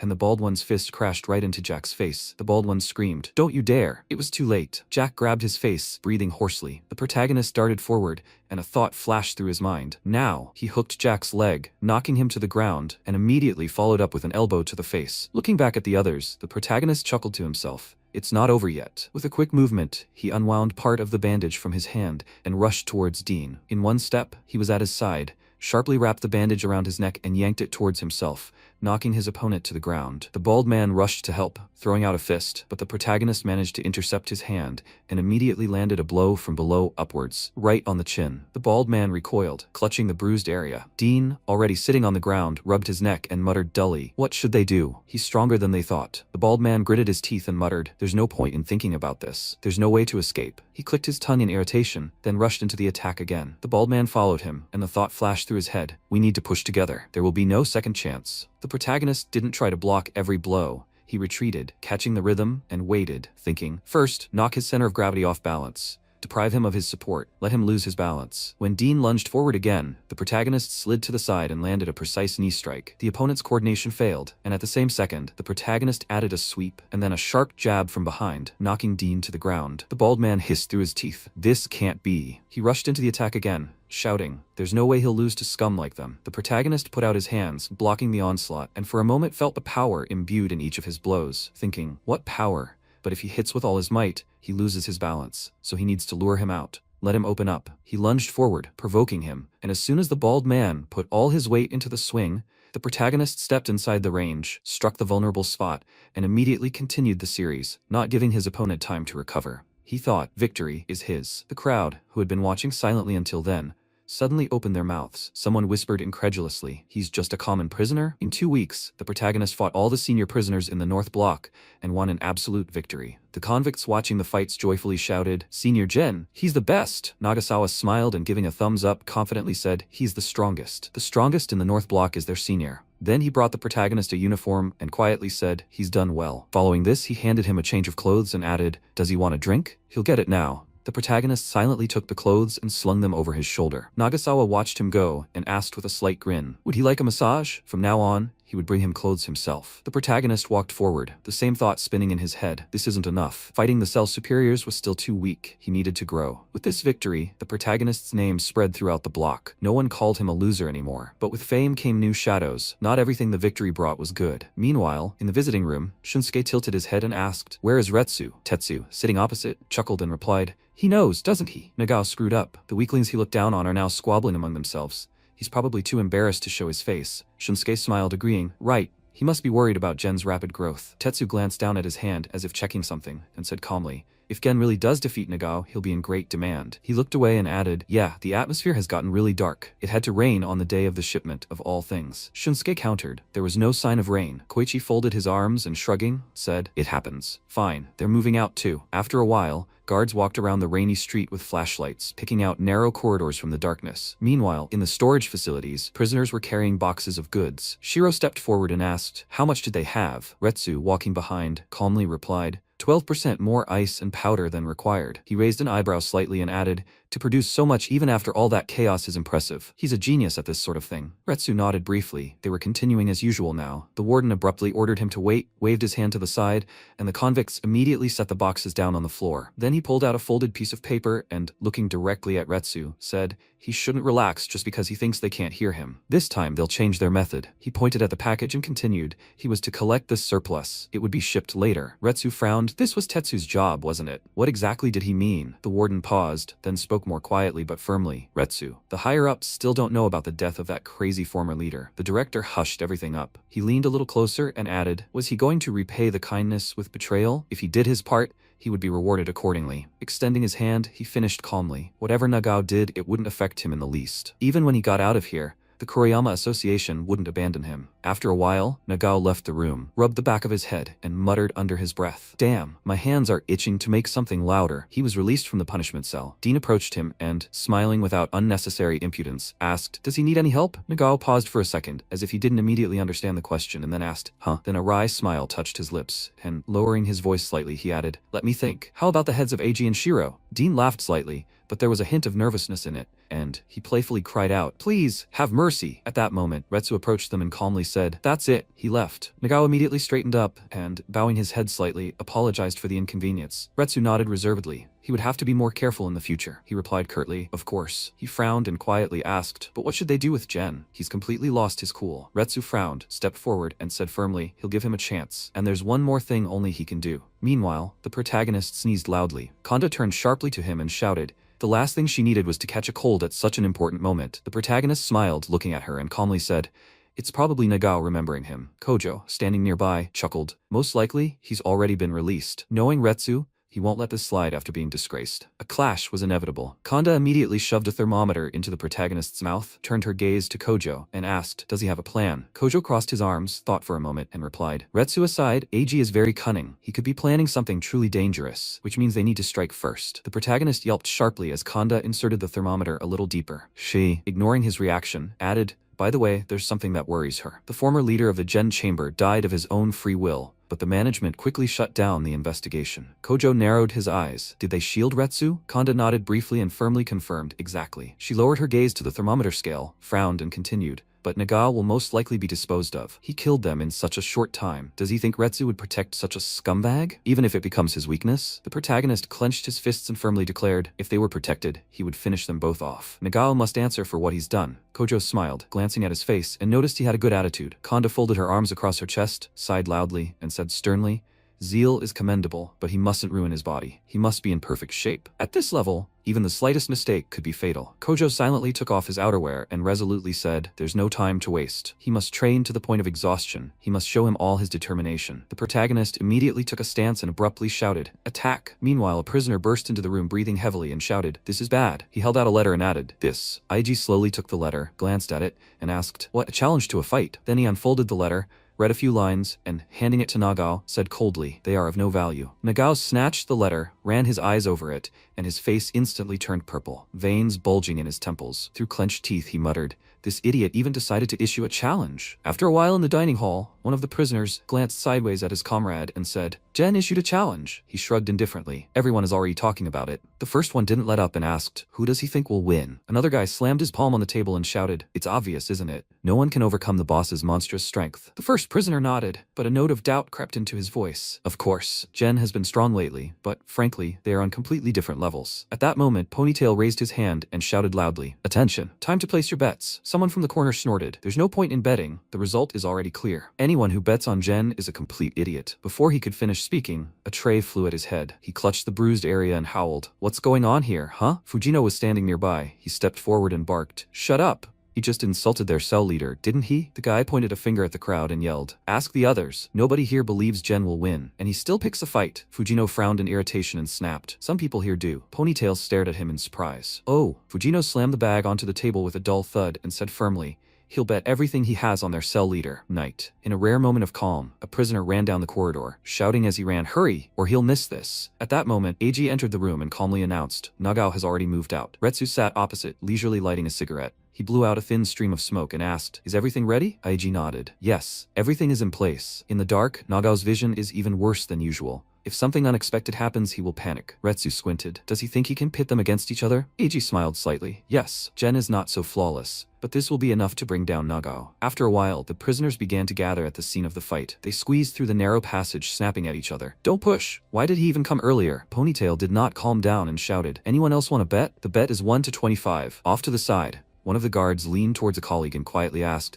"Is he really going to turn a blind eye to this?" He leisurely lit his cigarette, and keeping his eyes on the crowd, replied, "Listen carefully, newbie. If they don't let them blow off steam, they'll be dealing with much bigger problems later." He slammed his baton on the cabinet and, looking up at the prisoners, he barked, "Don't they understand? You can't interfere, no matter what, unless you want to end up alone." After a while, the opponents stood facing each other. Nagao gritted his teeth and muttered, So he had the courage to challenge him? He'll send him straight to hell. The protagonist didn't flinch and firmly replied, he must listen. He didn't choose this place for food or fun. He's here to avenge Masaki, and he'll show everyone how pathetic he is. With these words, he sharply pointed a finger at his opponent. Nagao roared, idiot, so he's ready to die, huh? He lunged forward and threw his fist forward, but the protagonist had already slid to the side and immediately responded with a punch to the stomach. Nagao only chuckled. Pathetic. His punch was like a mosquito bite. The protagonist dodged the next attack and briefly noted to himself his body was too strong. The next moment, Nagao grabbed his arm, squeezed until it crunched, and threw him back with force. A few drops of blood burst from the protagonist's mouth, and he thought, damn, he's much stronger than he thought. Nagao chuckled and said, hey, idiot, is that all he can do? With that kind of strength, he seriously thought he could challenge him? He swung again, but at the last moment, the protagonist rolled and slammed his shoulder into the wall, avoiding a direct blow. He blocked the next lunge with his forearm, and then Nagao swung his leg sharply and kicked him from below, right at the chin. One of the spectators muttered quietly, this is very bad. At that moment, the crowd stirred, and the voices began to overlap. Why is the boss from another block here? He doesn't know. If Jen wins, the northern block will have a new boss. The balance of power could shift. That's why they come to watch such fights. But apparently, he doesn't have the slightest chance of winning. Meanwhile, Nagao grabbed the protagonist by the shirt, yanked him off the floor and asked with a crooked grin, does he think he can get revenge with such strength? What was his name again, Masaki, right? The protagonist gritted his teeth in rage and shouted, damn it, he shouldn't say Masaki's name with his filthy mouth. The next second he lunged forward and headbutted his opponent, forehead to forehead. Someone in the crowd gasped, no way Jen still has strength left? Another roared, that's it, he's had enough. Suddenly, the lights went out and a thick, palpable darkness fell over the hall. Nagao barked into the darkness. Who the hell turned off the lights? One of the guards clicked his radio and snapped,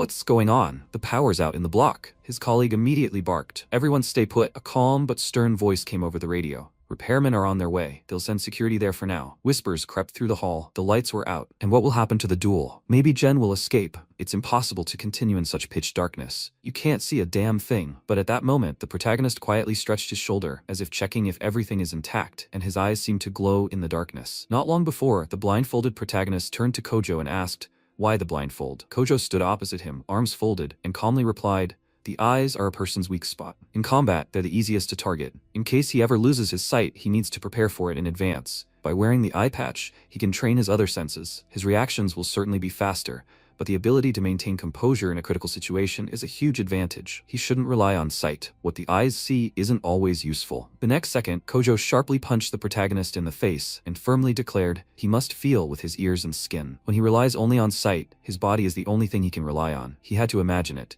Listen to the sounds, feel the air currents, and assess the situation around him. Then Kojo swung his fist again, but the protagonist managed to grab his hand. Kojo only chuckled. The protagonist quietly said, Kojo, I think he's starting to get it. He thought, that's right. When he can't see, the only thing he can rely on are his other senses. In the present, Nagao's furious cry echoed through the room. Who the hell did this? Jen, stop hiding. Come out now. The protagonist instantly assessed the situation and thought, Nagao is 3 meters in front, diagonally to the left. Those present were talking in the darkness. Still no light. He can't see a damn thing. The protagonist glanced into the void and noted no one else was moving. The guard barked, drowning out the whispers. Attention. If anyone moves without orders, there will be no mercy. They mustn't wait. The protagonist chuckled faintly and thought, the guards aren't going to interfere either. This is simply perfect. The power outage was a surprise, but it was a golden opportunity. Nagao's weakness was endurance. He had to wear him down first. The next second, he gave a sharp kick to the wooden bucket. The metal clanged dully in the darkness.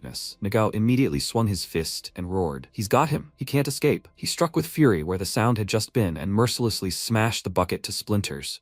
And then he froze, letting out a stunned breath. What? The protagonist was already behind him. He struck him briefly and harshly with his elbow to the back of the head. Nagao clutched the bruised spot and howled. Oh, he's a dirty idiot. He has to get out quickly. He'll finish him off. He darted his gaze from side to side, though it was of no use in the darkness. The protagonist calmly noted, his breathing is ragged. As soon as he starts moving more actively, he immediately starts to get short of breath, and this, naturally, affects his fighting style. The protagonist abruptly slammed his hand against the wall. At the same moment, Nagao lunged forward and slammed his fist in front of him, then frowned and muttered, damn it. Then the protagonist picked up a mop and banged it against the wall, and soon after, turned on the shower. The water hissed and hit the floor, creating new sounds. Nagao darted around, focusing on the noises, and shouted, He's a bastard. Is he looking down on him? He'll never forgive this. Hey, he has to fight fair. Someone in the crowd asked in bewilderment. What's going on? The convict muttered. Looks like the boss has been taken down. The prisoner next to him snorted. Idiot. How did he think Jen could win in this darkness? Another guy muttered quietly. I wonder if it's possible to change the bet any further? And at that moment, the protagonist silently lunged forward, clearly realizing he was out of breath. This was his chance. He abruptly punched Nagao in the stomach. A few drops of blood escaped the opponent's mouth, and his body jerked from the blow.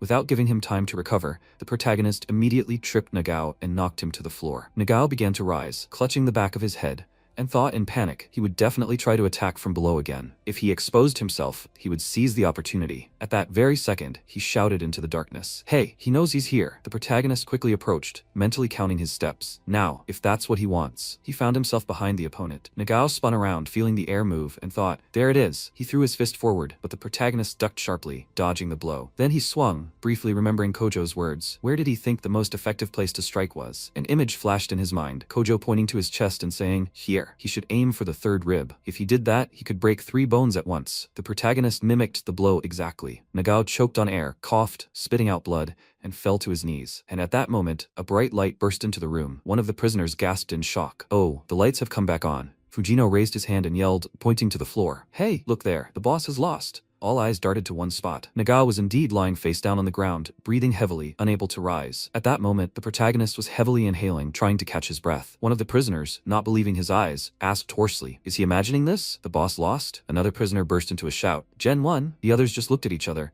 as if unable to comprehend what was happening. This simply couldn't be. Nagasawa, not hiding his delight, began counting on his fingers and exhaled. Damn, this is a jackpot. Fujino stood behind him, arms folded across his chest, and said with a slight grin, and he was still against it when he bet on the cell leader. Now he should thank him. At that very second, the warden barked, cutting through the din. The outcome of the duel is clear. Everyone go to your cells immediately. Hurry. Nagasawa didn't even turn around. He just waved his hand and firmly said, no. First, they must thank the cell leader. The guard called out sharply to the protagonist. He had to go too, but without taking his eyes off Nagao, he answered curtly, no, not yet. At that moment, Nagao began to rise, leaning on a trembling hand. Gritting his teeth, he howled. He wouldn't let this go. He'd tear him to pieces. The prisoners shook their heads, unable to hide their amazement. They'd done this to him, and he was still standing, a real monster. Nagao raised his head and yelled, Kinoshita, Natsume, why are they just standing there? They rushed forward, shouting as they ran, they're already here. Kojo placed a heavy hand on the convict's shoulder. He turned sharply and barked, what's wrong with him? Noticing Kojo's calm face, he froze for a moment, then let out an irritated sigh. Kojo tilted his head slightly and calmly asked, where is he going? The people around them were already whispering, their voices merging into a single hum.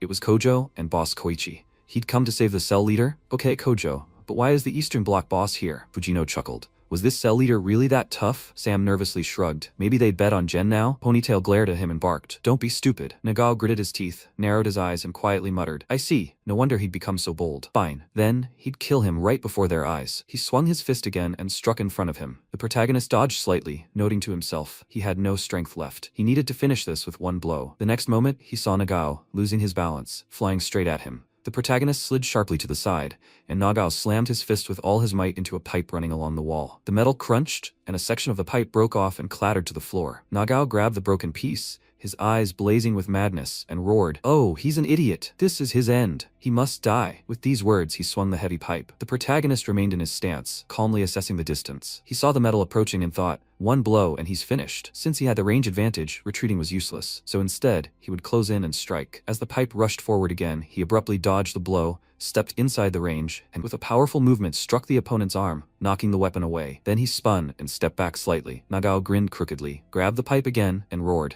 He thinks this is enough for victory? One of the onlookers muttered quietly. He's trying to overwhelm him with brute force, but to move like that with such wounds, Nagao is a monster. The situation is lousy. Kojo just shook his head. Not a sure thing. The next second, the protagonist dodged the blow again and lashed out with a sharp blow to the opponent's arm. Nagao flew back, breathing heavily, convulsively clutching the pipe and screaming, he's had enough of him. When will he die? He struck in front of himself again, putting the last of his rage into the movement. The protagonist froze for a moment, then swung sharply and thought, it's time. He struck from below upwards, his fist right at the chin. Nagao jerked, flew back, losing his balance. The protagonist didn't give him time to recover. A series of hard blows rained down right on the face. He stepped closer and muttered through clenched teeth, repent, before everyone he hurt, and then go to hell. With these words, he added the finishing blow, a kick to the face. Nagao froze for a second, then his eyes rolled back and lay unconscious. The crowd froze, not daring to move, and then the protagonist, exhausted, fell to his knees and then completely sank to the floor. Kojo called out to him worriedly, hey, He immediately stepped forward, grabbed the protagonist, and threw his arm over his shoulder. The protagonist quietly exhaled. Kojo. He smiled slightly and asked, "Did he see?" "He did it." Kojo smiled weakly in response. "That was magnificent." In the battle between Nagao and Gen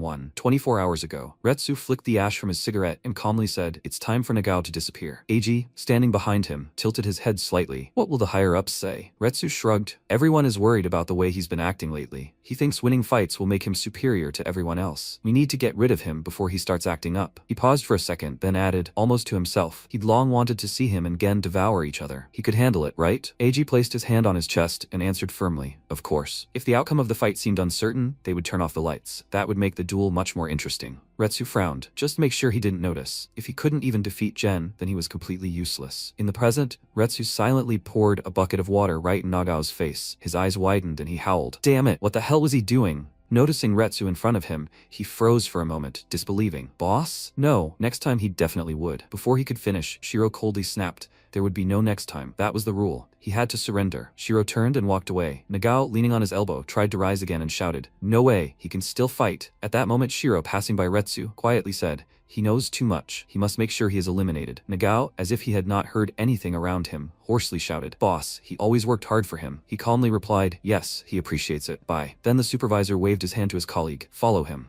They have work." His colleague wanted to object, but the supervisor barked sharply. "Leave it to them. Everyone, follow him. Hurry, let's go." Then Eiji approached the fallen man and Nagao asked, "That light glitch, he staged it, right?" In response, he smirked. No, just a coincidence, although he had planned to pull that off too. He was destined to lose. He had always wanted to finish him off so badly that it made him sick. After that, he looked at the group of prisoners behind him and said, "Now is their chance to get even." They started murmuring, "Seriously? What if he fights back? Idiot." They had permission to do that. The next second, one of the prisoners walked up to Nagao and, looking him straight in the eyes, suddenly kicked him in the face with all his might. He straightened up, looked at Eiji, and he said, "If they all attack together, there's nothing to fear." The others immediately picked up. "Okay, let's go. Time to settle the score for all these years. After everything he did, they will never forgive him." Nagao breathed out barely audibly, "Stop." But the next second, a barrage of blows fell on him. Fists, feet, anything that came to hand. Someone screamed, "They will kill him." He never thought this day would come. One of the guys stepped on Nagao's hand, pinning it to the floor, and barked, "Don't act tough, you jerk." He punched him, and the next guy, choking with rage, started kicking him and shouting,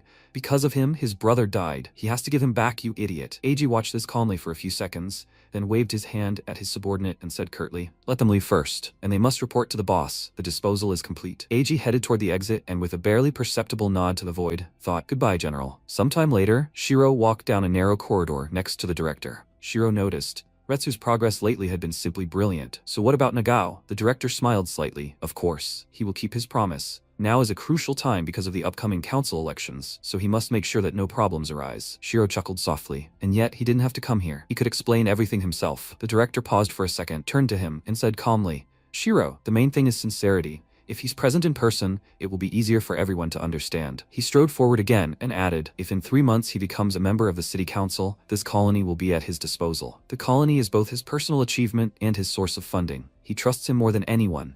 He should oversee everything here for him. It's in his interests too. He understands what I'm talking about, right?" Shiro nodded briefly. "Of course." Meanwhile, in the meeting room, Tetsu slung his arm over the back of his chair and lazily drawled, "Oh, Retsu. He always loved to be on the sidelines, and now he's breaking them himself." Retsu shrugged sharply, his voice turning barbed. "Mind your own business, stranger." He wants him to rip out his tongue? Tetsu beckoned him with a finger, a hint of mockery in his eyes. Would he dare try then? They would see if he had the guts. If the boss lost after the general, then Gen would truly become king of the northern bloc. It must be damn nice to walk over bodies like that. Retsu jumped up, his face dark with rage. "Don't push it." He had listened to his nonsense for too long. He slapped Tetsu hard across the face, sharp and precise. He was dreaming. Did he really think he could take him out? It was too early for him to compete with him. Tetsu froze for a moment, then frowned and barked. "Hey, Retsu, if he wants to let off some steam, let him go and fight Gen. There's no point in taking it out on him." With these words, he raised his fist and rushed into the attack. At that very second, a sharp voice rang out from the depths of the room. "The two of them. Enough." Everyone turned around. The door to the room swung open and the director stepped forward. His gaze was cold, almost icy. The director said with a venomous grin, "He is glad to see them so cheerful, but how dare they cause trouble in his colony?" He tilted his head slightly, as if assessing them, and quietly added, "It looks like they don't value their lives, huh?" After a while, Shunsuke was holding a glass in his hands and, smiling, handed it to the director. Shunsuke said, "Here, take it. He's not usually like this. It's just that a lot of work has piled up lately,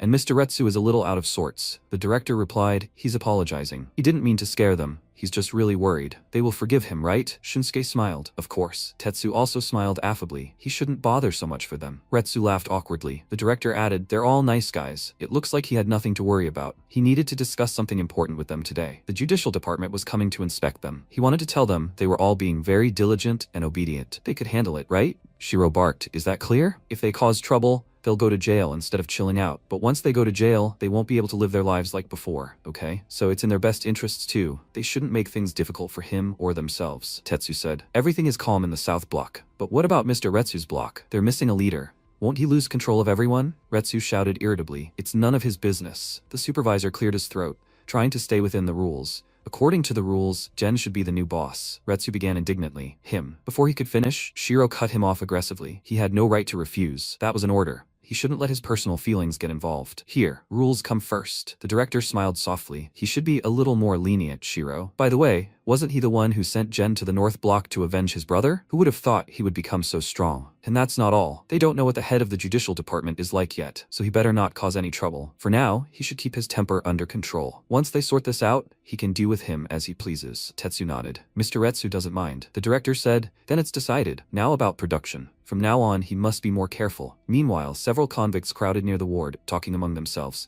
Hey, what's going on there? He should get out of here. He can't see. It's his own fault he's late. The next second, Kanda abruptly threw open the doors and barked. Quiet. They're disturbing the patient's rest. Fujino approached her and, smiling affably, asked, is everything all right with the cell leader? Kanda put her hand on her hip and replied, it will be if they all stop making noise. Fujino turned to the crowd and barked, quiet everyone. If they make any noise, he'll knock anyone out on the spot. Kanda looked away, and then Aiji stepped out of the shadows. Those present began to whisper. Maybe it was because the cell leader had defeated the boss and tarnished the reputation of the higher-ups? One of the prisoners snorted. What boss? Now he's just Nagao. Aiji walked forward and said firmly, he needs to see Jen. This is the director's order. Kanda stood in his way, folding her arms across her chest, and calmly said, he's still asleep. Should I tell him everything later? If you want to tell him in person, you'll have to wait here. Eiji frowned slightly and replied, it will be announced soon anyway. Jen will replace Nagao. He will become the new boss of the North Block. The crowd froze, exchanging puzzled glances. A moment later, one of the prisoners shouted, this kid's the boss now. Fujino grinned broadly and shouted loudly, hey, show some respect to Boss Jen. Long live the big man. Kanda returned to the room and, looking at the protagonist, quietly asked, did he hear? Kojo stood nearby, his head bowed slightly, and said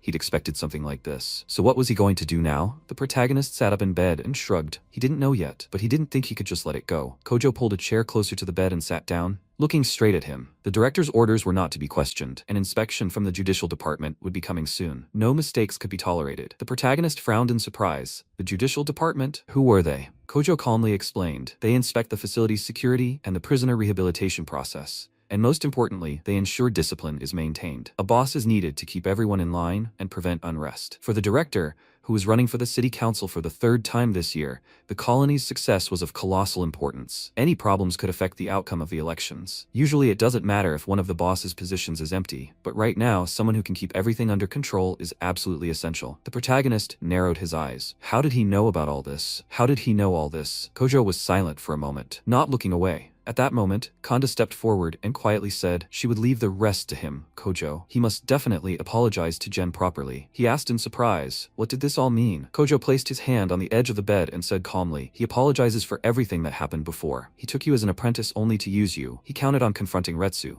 He would expose the rottenness of this colony. He apologizes for hiding this from him. He slightly lifted his bangs, revealing his face, and added, he will introduce himself again. He is the leader of the Hongsun group, and an officer in the Illegal Substances Suppression Department. The protagonist froze, his eyes wide in shock. Kojo paused for a moment, then added, looking off to the side, as if reliving the past. He lost his parents early in life, and was left alone with his little sister. One day, when he got into a street fight, a man from Kurayama saved him. He was only 10 years old at the time. He begged him to teach him how to fight. He didn't just teach him, he fed him and gave him a roof over his head. That man, his benefactor, was actually second in the Kuroyama hierarchy. The protagonist quietly asked, what happened to him now? Kojo said curtly, he's dead. As soon as he left the organization, they finished him off. The protagonist asked, why was he killed? He answered, he didn't like the way Kuroyama ran things. They dealt in human trafficking and illegal substances. That's why he was here. MC clarified, he meant the colony? He answered, that's right. Kuroyama was trying to get one of their people hooked on illegal substances in order to eliminate him through him. In the end, that guy ended his life. Shino Hokuto, that bastard, killed both his savior and his friend.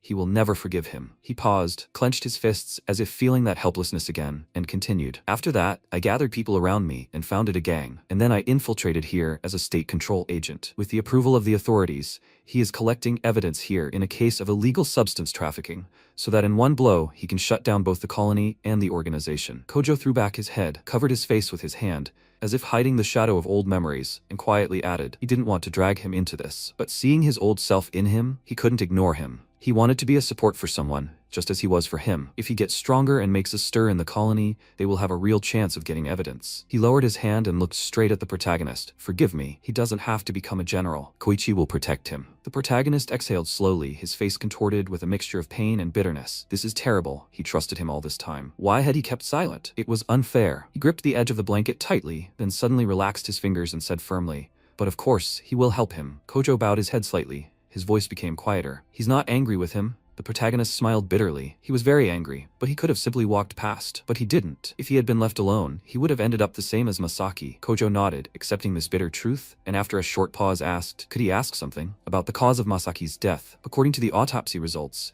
Dr. Kanda found a huge dose of illegal substances in his blood. Most likely he, like his benefactor, was simply silenced. But Nagao had nothing to do with it. The one behind the production of illegal substances is Hokuto. Meanwhile, on a bench by the wall, Fujino stared absently into space and muttered, I wonder when the general will return. Nagasawa glanced at him and asked with a sly grin, is he aiming for the position of cell leader? Fujino snorted. Don't be stupid. The general doesn't smoke, right? So they get all the leftovers. At that moment, another prisoner approached them and barked, hey, who let him sprawl out here? Get out. Fujino suddenly jerked his head up, frowned and barked back. What the hell does he want? General Gen himself is behind him. Got it? The prisoner froze for a moment, then burst out laughing and pointing a finger at Fujino, shouted, that idiot the boss couldn't stand is now the general? Come on. At that very moment, Retsu stepped forward, gave the guy a short, hard blow to the back of the head and coldly asked, what did he just yelp? He froze, his eyes wide with horror. Boss? Retsu walked forward and a whisper swept through the crowd, immediately turning into shouts. Hey, Gen is here too, so the rumors weren't lying? No way. 3 days ago, the protagonist had quietly but firmly said he would become a general, and he had to let him repay the debt. Kojo shook his head. He didn't want to drag him into this anymore. He should focus on how to get out of here and get back to his mother. The protagonist stubbornly pressed his lips together. There was no hiding from Retsu anyway. If that was the case, he simply needed to become stronger, strong enough to start to fear him. That was the only way. Kojo smiled slightly. Something akin to pride flickered in his eyes. He had matured. After a while, Retsu stopped in front of the protagonist, folded his arms across his chest, and asked coldly, so what is he planning to do? He knows he could kill him at any second. The protagonist didn't look away. He was prepared for it, but he wouldn't act so recklessly now. Retsu raised an eyebrow slightly. You've become sharp-tongued. It's hard to believe he's the same boy everyone kicked around. The protagonist calmly replied, you can't survive here with tears alone, especially under a boss like him. Their conflict won't be resolved so easily, but right now he needs him, and he needs position. How about a temporary truce? With these words, he left the room. Retsu lit a cigarette, exhaled smoke, and tossed it without looking at Eiji. What does he think? Eiji thoughtfully rubbed his chin. He will be useful, but there are some concerns. Retsu glanced at him. Oh, he explained. Gen has clawed his way back from the very bottom, so people will be more willing to follow him. However, it is unlikely that he will blindly follow orders, and Kojo is on his side. They should keep an eye on him. Retsu chuckled. Kojo, he has refused the director himself more than once. It is difficult to understand what is on his mind. Gen could be his pawn. Let him take over Nagao's duties, but keep an eye on him. He must not get wind of the illegal substances. Eiji nodded. He understood. He smiled slightly and quietly added, Gen is just a puppet. In the present, Retsu stood in front of the crowd of prisoners, his voice drowning out all conversation. Nagao has been defeated, and that means, from today, Gen is the new general of the Northern Bloc. He turned to the protagonist and with a slight mocking intonation asked, would he like to say a few words? The protagonist stepped forward. There was a murmur of voices. Then someone shouted, hey, this will end badly. Who would have thought that he would actually become a general? The protagonist said loudly and clearly, they don't need to be afraid. He will leave the past in the past. He is not Nagao. As long as he is here, he will not tolerate any bullying. As long as they abide by the rules of the colony and the Northern Bloc, he promises to protect them all. There was a moment of silence, and then the courtyard exploded with shouts. General Gen, hooray! He is the best. They will follow him to the end. Long live the new general. A little later, Hiromi knocked back his glass of alcohol with a crash and howled. What do you mean? General Gen? How did that brat manage to become a general? He has to listen to him, brother. Retsu sat opposite him, calm and still as a rock. This is not a school. They had enough problems already. No need to irritate him. Hiromi slammed his fist on the table, the veins in his neck bulging. He promised he'd make Gen's life a living hell. He didn't care about him. He only thought about himself. Mom did everything she could to get Gen here. So what the hell was he doing slacking off now? Retsu leaned forward sharply, his voice turning steely. Did he really think he was joking? If he interfered, they'd both be done for. No matter how much he yelled, he couldn't get over his head. For now, he had to endure it. He wouldn't abandon his little brother. But if he started whining again, even his mother might turn her back on him. He stood up and headed for the exit. Hiromi gritted his teeth, watching him go, and muttered, "Fine, he'd do it himself." His face twisted with rage, his eyes darkened, and he said, "Jen, since he can't get to him, he'll take it out on those he cares about." After a while, the warden stepped forward in the visiting room, his voice thundering, drowning out any whispers. "Listen to his command. Anyone who thinks of yelling or using their hands will rot in solitary confinement." Did they understand? The convicts replied, "Yes, sir." The protagonist could barely contain his trembling inside, as the thought flashed through his mind. Finally, he'll see his mother. It turned out the elite were even allowed to visit without waiting in line. The warden buried his face in the paperwork and barked, "Ichihara, Nakatsu, Yamamura," to the visiting room, and Jen. The protagonist shouted, "Yes." The warden glanced over the lines, then suddenly frowned and muttered, "He's going somewhere else." He was surprised. "Huh?" The warden waved his hand toward the corridor. "Follow him quickly." They walked to a separate, quieter room. The warden swung the door open and said curtly, "Come in." The protagonist froze for a second, then stepped inside, already smiling. "Mother." He abruptly opened the door to the stall and hurriedly said, "I'm sorry, he's late." At the same time, at the main gate of the colony, the mother desperately cried out, "Please, they have to listen to her." The prison worker looked outside and sighed wearily. "Her again?" She clutched the bag to her chest and said, "I'm sorry, she's come such a long way. She needs to see her son." The man glanced at the list. "Wait a minute, please. Strange thing, Jen has already let someone in. According to the regulations, only one visitor per shift. So come another time." She screamed. No, she hasn't seen him in ages. If she misses this chance, who knows when the next one will come. He softened a little, but firmly repeated, "He understands everything, but order is order. She clings to one last chance. Then at least tell me who came to see him." The worker checked the notes again. "He'll take a look now. There it is, his best friend." At that moment, the protagonist froze in surprise, barely managing to pick up the phone. In front of him, on the other side of the glass, sat Hiromi, a sly grin playing across his face. Hiromi tapped the glass and said, "Long time no see, his little toy, Jen." Fragments of the past flashed in his mind. Ever since childhood, Hiromi had believed he was special. His father was a government official, his mother the head of a conglomerate. His older brother was unbeatable in a fight, getting away with everything. Wherever he went, nothing changed. No one wanted to make an enemy of the Kanemoto family. Even in the future, he could do whatever he wanted. No one would say a word against him. He felt like a god. But then, because of one fearless idiot, everything collapsed. That scene flashed before his eyes again. His mother, breaking into a scream, "She will pay whatever he says. Do something." And the doctor, looking at the floor, quietly replied, he was sorry, but it was impossible to restore the tissue. Plastic surgery would help partially, but his face would still look unnatural. It would never be the same again. After that, he became a laughingstock, an outcast, whom everyone stared at like a monster.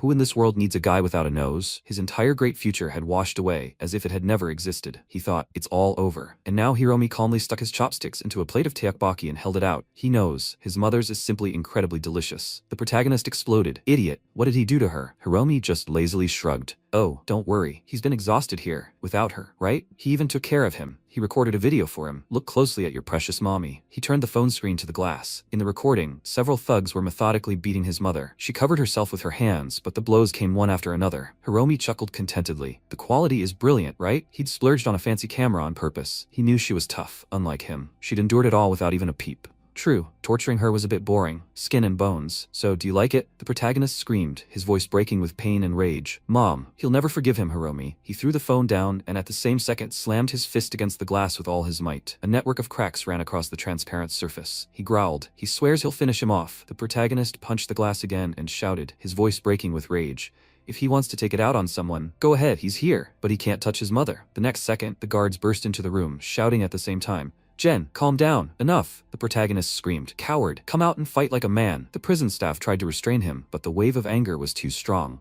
The protagonist suddenly threw his fist forward and hit one of the guards, throwing him aside. The second guard immediately grabbed the radio and shouted, reinforcements urgently in the visiting room. Now, I repeat, urgently needed backup. Jen has completely lost his mind. He's going berserk. Watching this from his seat, Hiromi only grinned, as if watching his favorite performance. What a magnificent spectacle. Come on, show even more fury. Let there be more blood. Several more guards burst into the room and fell upon the protagonist at once. He struggled, screaming, let him go. He'll finish this idiot. Hiromi, don't you dare run away. Hiromi slowly rose from his chair and calmly said, they'll meet again. Don't worry, and he'll keep an eye on his mother. He cast a mocking glance at the protagonist, turned around and headed for the door. The protagonist shouted, shut up, idiot, come back. He lunged forward as far as his arms would go and extended his hand toward the retreating enemy, shouting, stop. But the next second, the door slammed shut with a dull thud. After a while, the guard threw the protagonist into solitary confinement. Sit here in silence and think about your behavior. The door slammed, the lock clanked.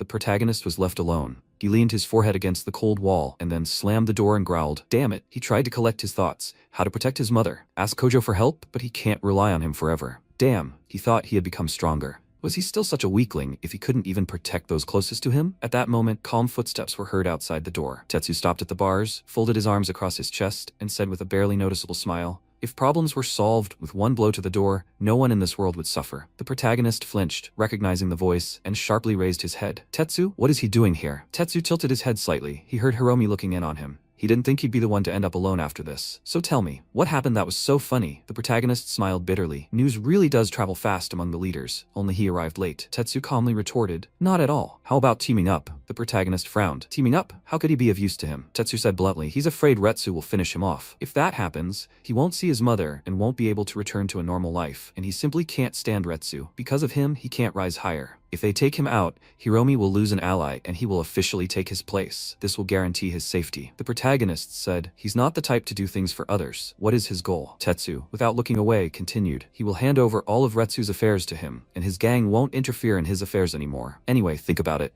His mother's safety is the most important thing to him, right? When you make up your mind, let me know." He turned and left, leaving the protagonist alone with his heavy thoughts. A thought flashed through the protagonist's mind. Retsu's business, then. After a while, the guard opened the cell door and growled, "He can go out. Even the higher-ups have to follow the rules. If you pull something like that again, you won't get off with 5 days in the slammer." The protagonist silently stepped into the corridor. The prisoner standing nearby immediately perked up. "Oh, he's out. Welcome back." He didn't answer, just nodded briefly, and moved on. Soon he stopped at the door of the medical office and loudly asked, "Is Dr. Kanda in?" A young woman with a neat hairdo looked at him from behind the desk in surprise. "Kanasaki Miyabi." She slowly looked up and chuckled slightly. The protagonist froze, not expecting to see a stranger here. Who is she? Where is Dr. Kanda? Miyabi adjusted her hair and smiled softly. "The doctor is currently on rounds, and she is Miyabi, a nurse intern." She came closer to the protagonist and looked at him carefully. "Is he hurt? He should tell her what he's complaining about." He shook his head. "No, he's not hurt. He needs to see Dr. Kanda. He has a routine checkup." Miyabi smiled again, bowing her head slightly. "I see. So he's the famous Gen." Dr. Kanda told her to wait for him. The protagonist frowned. Is she waiting for him? How does she even know him? She answered easily. "There's not a single person in the colony who doesn't know him. He's the same guy everyone bullied."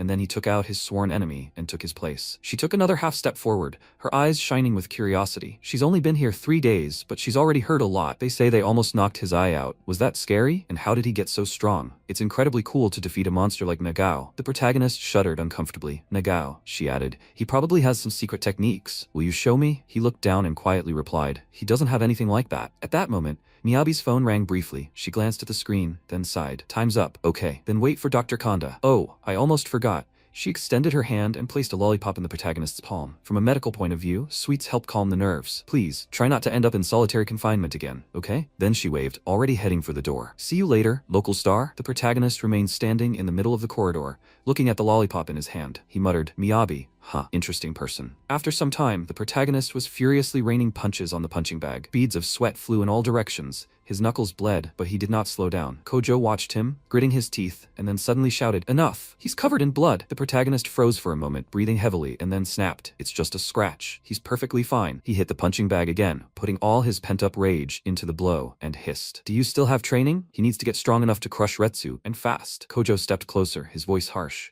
"Retsu is the strongest in the colony after Koichi. This is pure self-destruction. He only defeated Nagao by sheer luck." The protagonist gritted his teeth and, without looking at his mentor, barked. As soon as he finished training, everything would be fine. He would crush him. Okay? Even as the leader, he still couldn't protect those dear to him. He would crush every single one of them. The next second, Kojo grabbed his arm and barked, "Get a grip!" The protagonist jerked, pulled his hand away and snapped. "What is he doing?" Kojo immediately grabbed his wrist, preventing him from moving away. Does he think he can just ignore him? The protagonist stepped closer, clenching his fists, and growled. If he's going to stand in his way, he won't hold back. He raised his fist, but Kojo easily dodged it. The protagonist, losing his balance, spun around and rushed forward again. The next moment, Kojo angrily grabbed him by the shirt and barked, "Enough!" The protagonist shouted, "Shut up!" and lunged forward, trying to headbutt him. But Kojo got there first. He delivered a sharp knee, interrupting the attack. At that moment, Kanda burst into the room and shouted, "Stop this immediately! Are they planning to destroy everything here?" Kojo closed his eyes for a second, as if collecting his thoughts, and calmly said, "I'm sorry. He'll stop this right now." Without giving the protagonist a chance to attack again,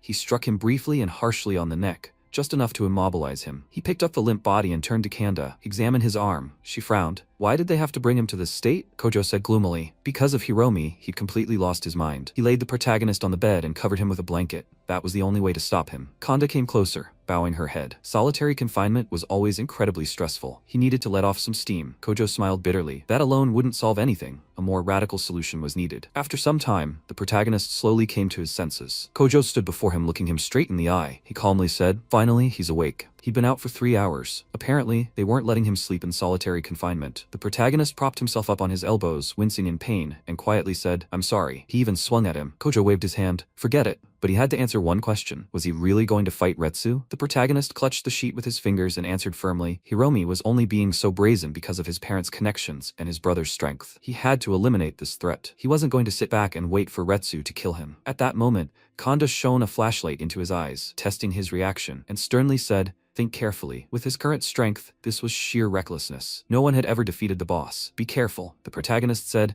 "but if he doesn't do anything, his mother, he doesn't have time." Kojo bowed his head, his gaze hardening. His men would sort this out, but in exchange he must learn to control his emotions. Hatred alone wouldn't save those he cared about. Don't get into trouble. He needed to keep his cool. Meanwhile, Mom stood behind the counter of her small shop, mechanically handing over goods to a customer. "Here you go." The girl smiled. "Thank you so much." Before Mom could exhale, Hiromi approached the counter, surrounded by his subordinates. One of them lazily said, "Well, shall we continue what we started?" Hiromi smirked. Parents are responsible for their sons' sins. He stepped closer to Mom, his voice turning icy. "Here they go again. Business is improving?" Mom turned pale, her fingers clutching the edge of the counter. "Please. This shop is her only income." Hiromi slowly removed his mask, revealing a nosepad, and said coldly, "Her son left him this souvenir, so she'll have to answer for this." He nodded to one of his men. "Hey, feed the lady some of that scalding soup. Hurry." The subordinate roughly grabbed the mother and brought a bowl of steaming liquid to her face. "If it cools down, her stomach will hurt. They don't want that, right?" She stared in horror at the boiling liquid, unable to move. The next moment, the subordinate stepped out from around the corner with his men and barked, "Stop this immediately." "What the hell is he doing?" Hiromi turned his head, narrowing his eyes. "What's the problem, man? Is he this old woman's boyfriend? Does he even know who he is?" Without waiting for an answer, the subordinate sharply slapped him across the face and calmly asked, "He's a rude guy, huh? Maybe he should chop off his hand?" Hiromi howled with rage, pointing a finger at the subordinate. "Wait, freak! How dare he? Finish off those bastards!" His men rushed forward, but from the other side, the subordinate's fighters were already advancing. One of them flexed his wrist, grinning predatorily. The boss ordered him to show this brat how cruel the real world is. Get ready. The next second, a brutal fight broke out. One of the bandits pinned his opponent to the floor, putting his foot on his face, and smirked. "What? Still not enough?" The subordinate stepped closer, his gaze icy. It was only a warning. If the lesson wasn't learned, next time he would rip his damn arm off. He walked past the fallen man, throwing over his shoulder, "Don't let him see his mug here again." Mom, trembling all over, stepped toward him and spoke hurriedly. "Thank you." She doesn't know how to thank them. The subordinate softened slightly, but his voice remained firm. "If anything happens, please, she must let me know right away." At that moment, Hiromi rose to his feet, clenching his fists so hard his knuckles turned white. He thought, "Damn it, he'll kill every single one of them." His teeth gritted with rage. After a while, he was walking down a busy street and, brushing against a guy's shoulder, shouted, "Hey, watch where you're going." The guy turned around, narrowing his eyes. Huh? This isn't a sandbox for him. Hiromi took a sharp step toward him, raising his fist. "Don't you dare call him a kid." Meanwhile, the music was blaring in the club. The crowd on the dance floor was merging into a single rhythm, and the waitresses were scurrying between the tables with trays. One of them approached a closed room, knocked carefully, and opening the door a crack, said, "Excuse me." She brought drinks. She placed the tray on the table, but at that very moment, one of the men grabbed her colleague and reached for the girl's chest. She backed away, her voice shaking. "Please don't." The man burst out laughing. "Stop playing the innocent." The girl jerked in panic, knocking over her glass. It flew to the floor and shattered into pieces. The man immediately grabbed her by the hair and barked. "Is she making fun of him?" She screamed in pain. And at that very moment, a heavy hand fell on his shoulder. Hokuto stared at him without blinking. "Hey, don't hit a woman." Without waiting for an answer, he struck the man so hard that he flew back against the wall. Silence fell over the room. All eyes darted to Hokuto. The man staggered and lowered his head, the deputy head. Hokuto slowly approached him, his voice calm, which only made it more frightening. Ruining everyone's fun was unacceptable. He muttered, "He apologizes, it won't happen again." Hokuto said coldly, "What he hates most are those who hit women, and those who hide behind the name of the organization." And he managed to become both. He pulled out a knife, and the next second, a pained scream rang out. When it was over, Hokuto turned to the girl trembling with fear and calmly said, "This is compensation for disrespect." He handed her a tray with a wad of cash and a man's severed hand.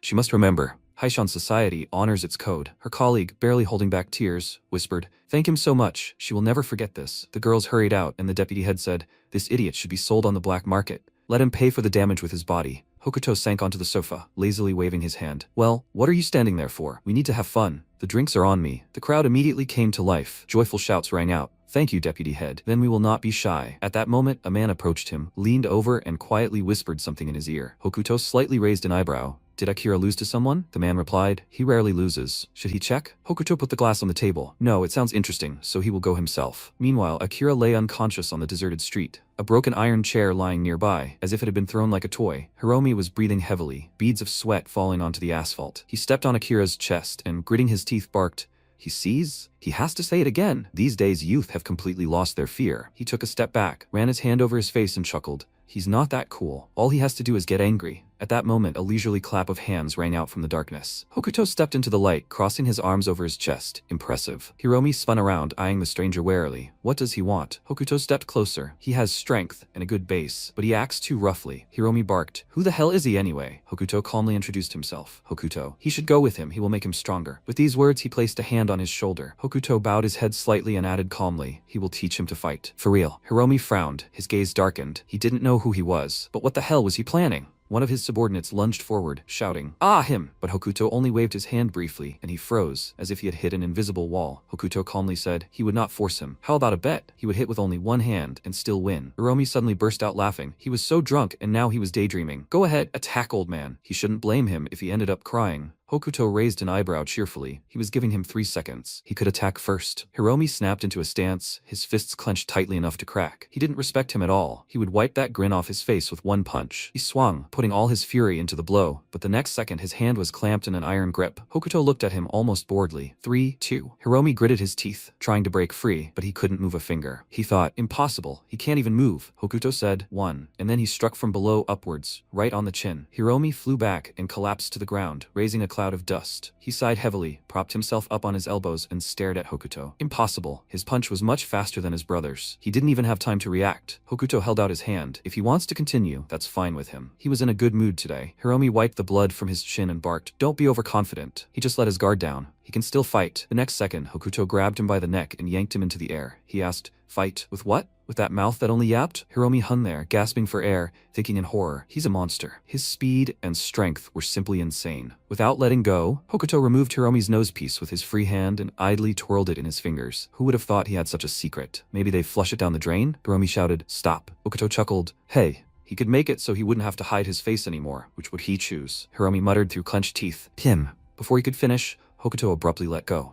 Hiromi fell to his knees and coughed, gasping for air. He looked up at Hokuto, his reddened eyes wide. Who the hell was he? He smiled calmly. Just an old man who had taken a shine to a stubborn kid, and the one who could make him truly strong. He stepped closer, his voice quieter, but that only added weight. He hated being subservient to others. He wanted power, but that wasn't enough. He'd never win that way. If he went with him and became a monster, feared by everyone, he could take revenge. He could do whatever he wanted. He had to regain his lost pride another way. He handed Hiromi the overlay. With it, he'd gain a position where no one would dare laugh at him. Meanwhile, in Retsu's office, he asked irritably, "A position? Why the hell Jen?" Ig stood across from him and replied, "It was the director's decision." Retsu took a drag on his cigarette, blew out the smoke, and muttered, "He might be connected to Kojo. He can't be allowed to catch wind of their work. But if things remain as they are, the guys from the other units might brainwash him." Eiji bowed his head slightly. That meant they'd turn him into his obedient little dog, unable to disobey his master. Retsu nodded, his gaze turning cold. "Continue," Eiji added. "The easiest way would be to hook him on illegal substances. Then he won't take a single step without an order. He will obey." He smiled. "Besides, if they make him an accomplice, he won't inform on them. No one will trust someone like him." After a while, Fujino, who had been huddled against the wall, stared in horror at Eiji, who asked,